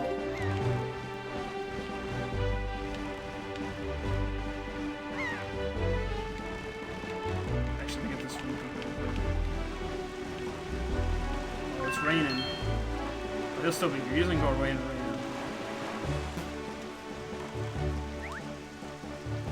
But yeah, as long as you see him there. Woo.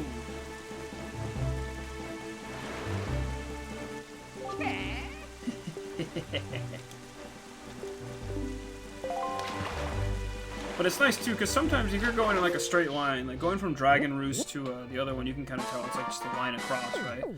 But this island's like a weird little dog paw print. Or something. Or choo-choo. No, I'm not talking about the sound you make when you kiss someone. I'm talking about choo-choos. Oh yeah, so there's he talks about the potion master on Windfall Island, where you can obviously make potions, but there's different kinds of chew jellies that you can use for it, and there's like the rare chew jellies in this game are blue. So let me see, should I stop here?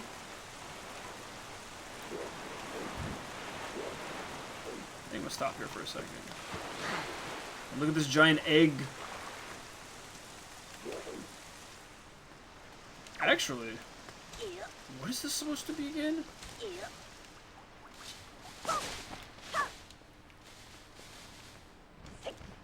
I forget what this is supposed to be. Wait, 'cause there's a sign. What's the sign say? To reach Dragon Roost, head east. But look how far we've come. I mean, it's just like, part of it's like loading perspective at that point, but it's still so cool. But I forget.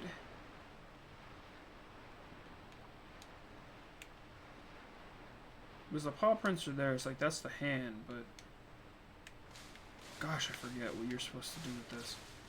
You definitely come back here later. Because most of the islands have something significant to do on them, but man, this guy don't know what he's talking about. You gotta go off the beaten path all the time. Ugh. Yeah, I'm gonna do one quick thing on Windfall and then we're out. But it's been a good night for Zelda so far. Smooth stream, smooth sailing, smooth everything. We took a good stab into Wind Waker so far. I'm liking this. I never forget how much I enjoy this game, but because it's been like a minute, I do forget that like man, Wind Waker's good stuff.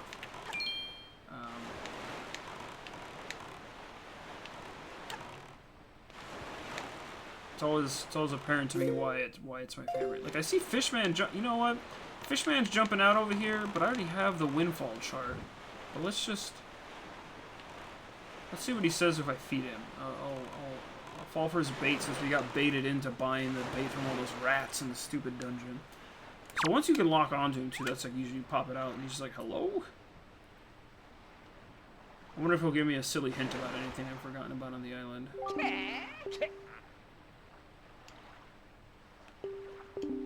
Yeah, premium brand of the bait. Man, aren't you supposed to be a different guy? That crazy dancing fool can't tell day from night. The guy's nuts, but you've got to respect someone who's not afraid to just let it all hang out like that, you know?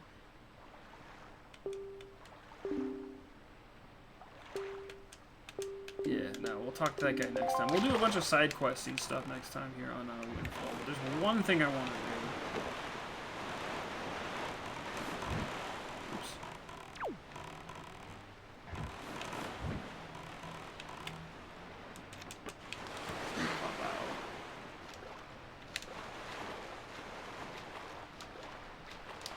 I forget if day and night swaps when you're like on the islands, or if time moves slower. So I know this game isn't stuck like a hard day-night cycle in the way that like Majora is, but like Ocarina has like a day-night cycle, and then just it depends on when you go into towns and villages. It's actually kind of annoying for some of the side quests in that game because you really have to like walk in right as the like towns are opening. But okay, let's see. I want to see really quick. What is this game?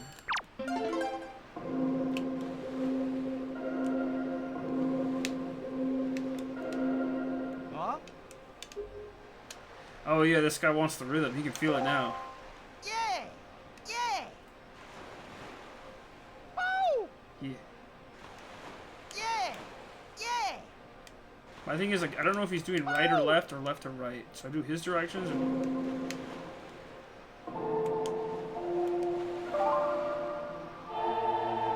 Oh no, that's the right way. Yeah. And then yeah, that's you learn the song of passing. Oh yeah, he's feeling it. Yeah, that's my guy. Pow.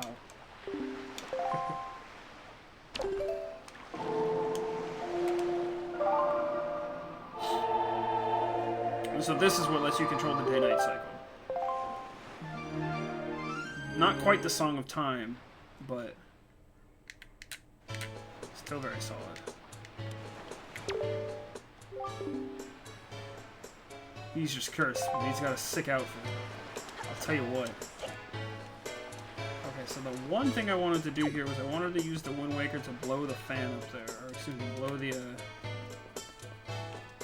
the Ferris wheel.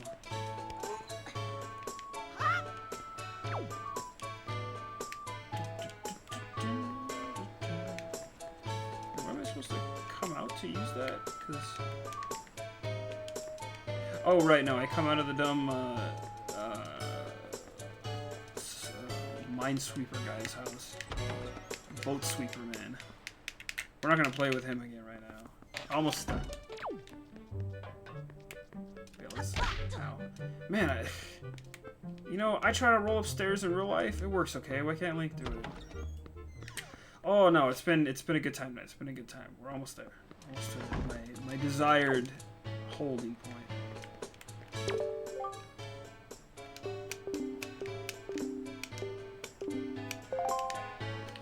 Yes, right now the wind was blowing. Can I look at?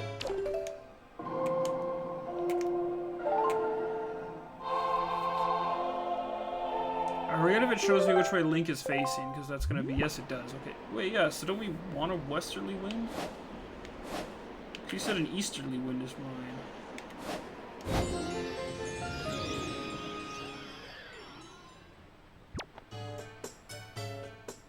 Oh, no, you want it to blow towards the... I don't know how Ferris wheels work and windmills work. I want it to blow north, I think, don't I? How does science work?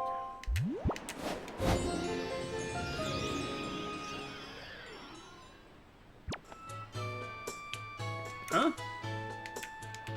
Wait a second, where's the mechanism for this thing?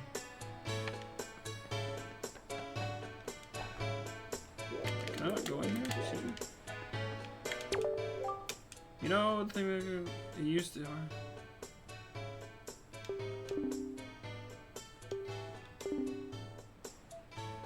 Blew in the right direction?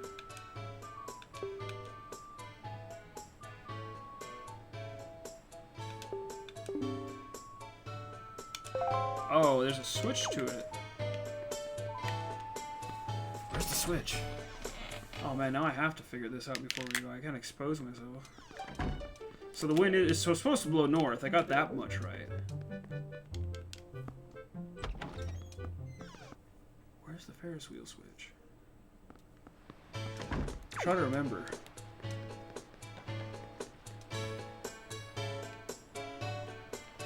Got big views on the map. Where? Oh, I see. There's like a ladder on the back there. Yep. Yep. Yep. Oh yeah, I just walk around the back of it. There we go. Okay, now it's all coming back to me. Yeah, so I assume then I go up here to the top.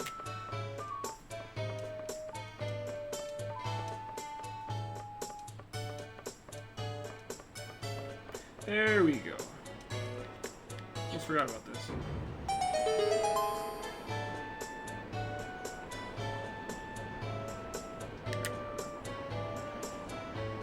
Okay.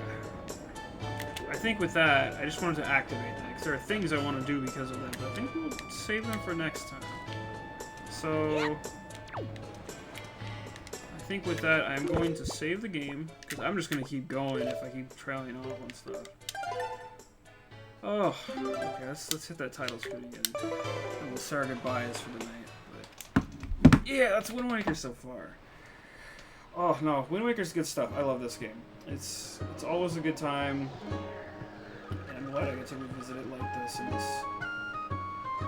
unfortunate time we're in the world. But hey, no, it's great stuff. I'm not sure when I'll be back on again for this. Probably in a couple days at least. I'll make my post as I usually do for those who follow me. But hey, thank you for those who've been chilling the whole time. It's been a lot of fun. Hope you join me next time and you can make it out. Everyone stay safe. Everyone take it easy. Have a good night. Have a good weekend. Be safe out there. Yeah, Wind Waker. It's been good stuff. So I'll see you guys next time. Everyone take it easy and have a good night. Bye-bye.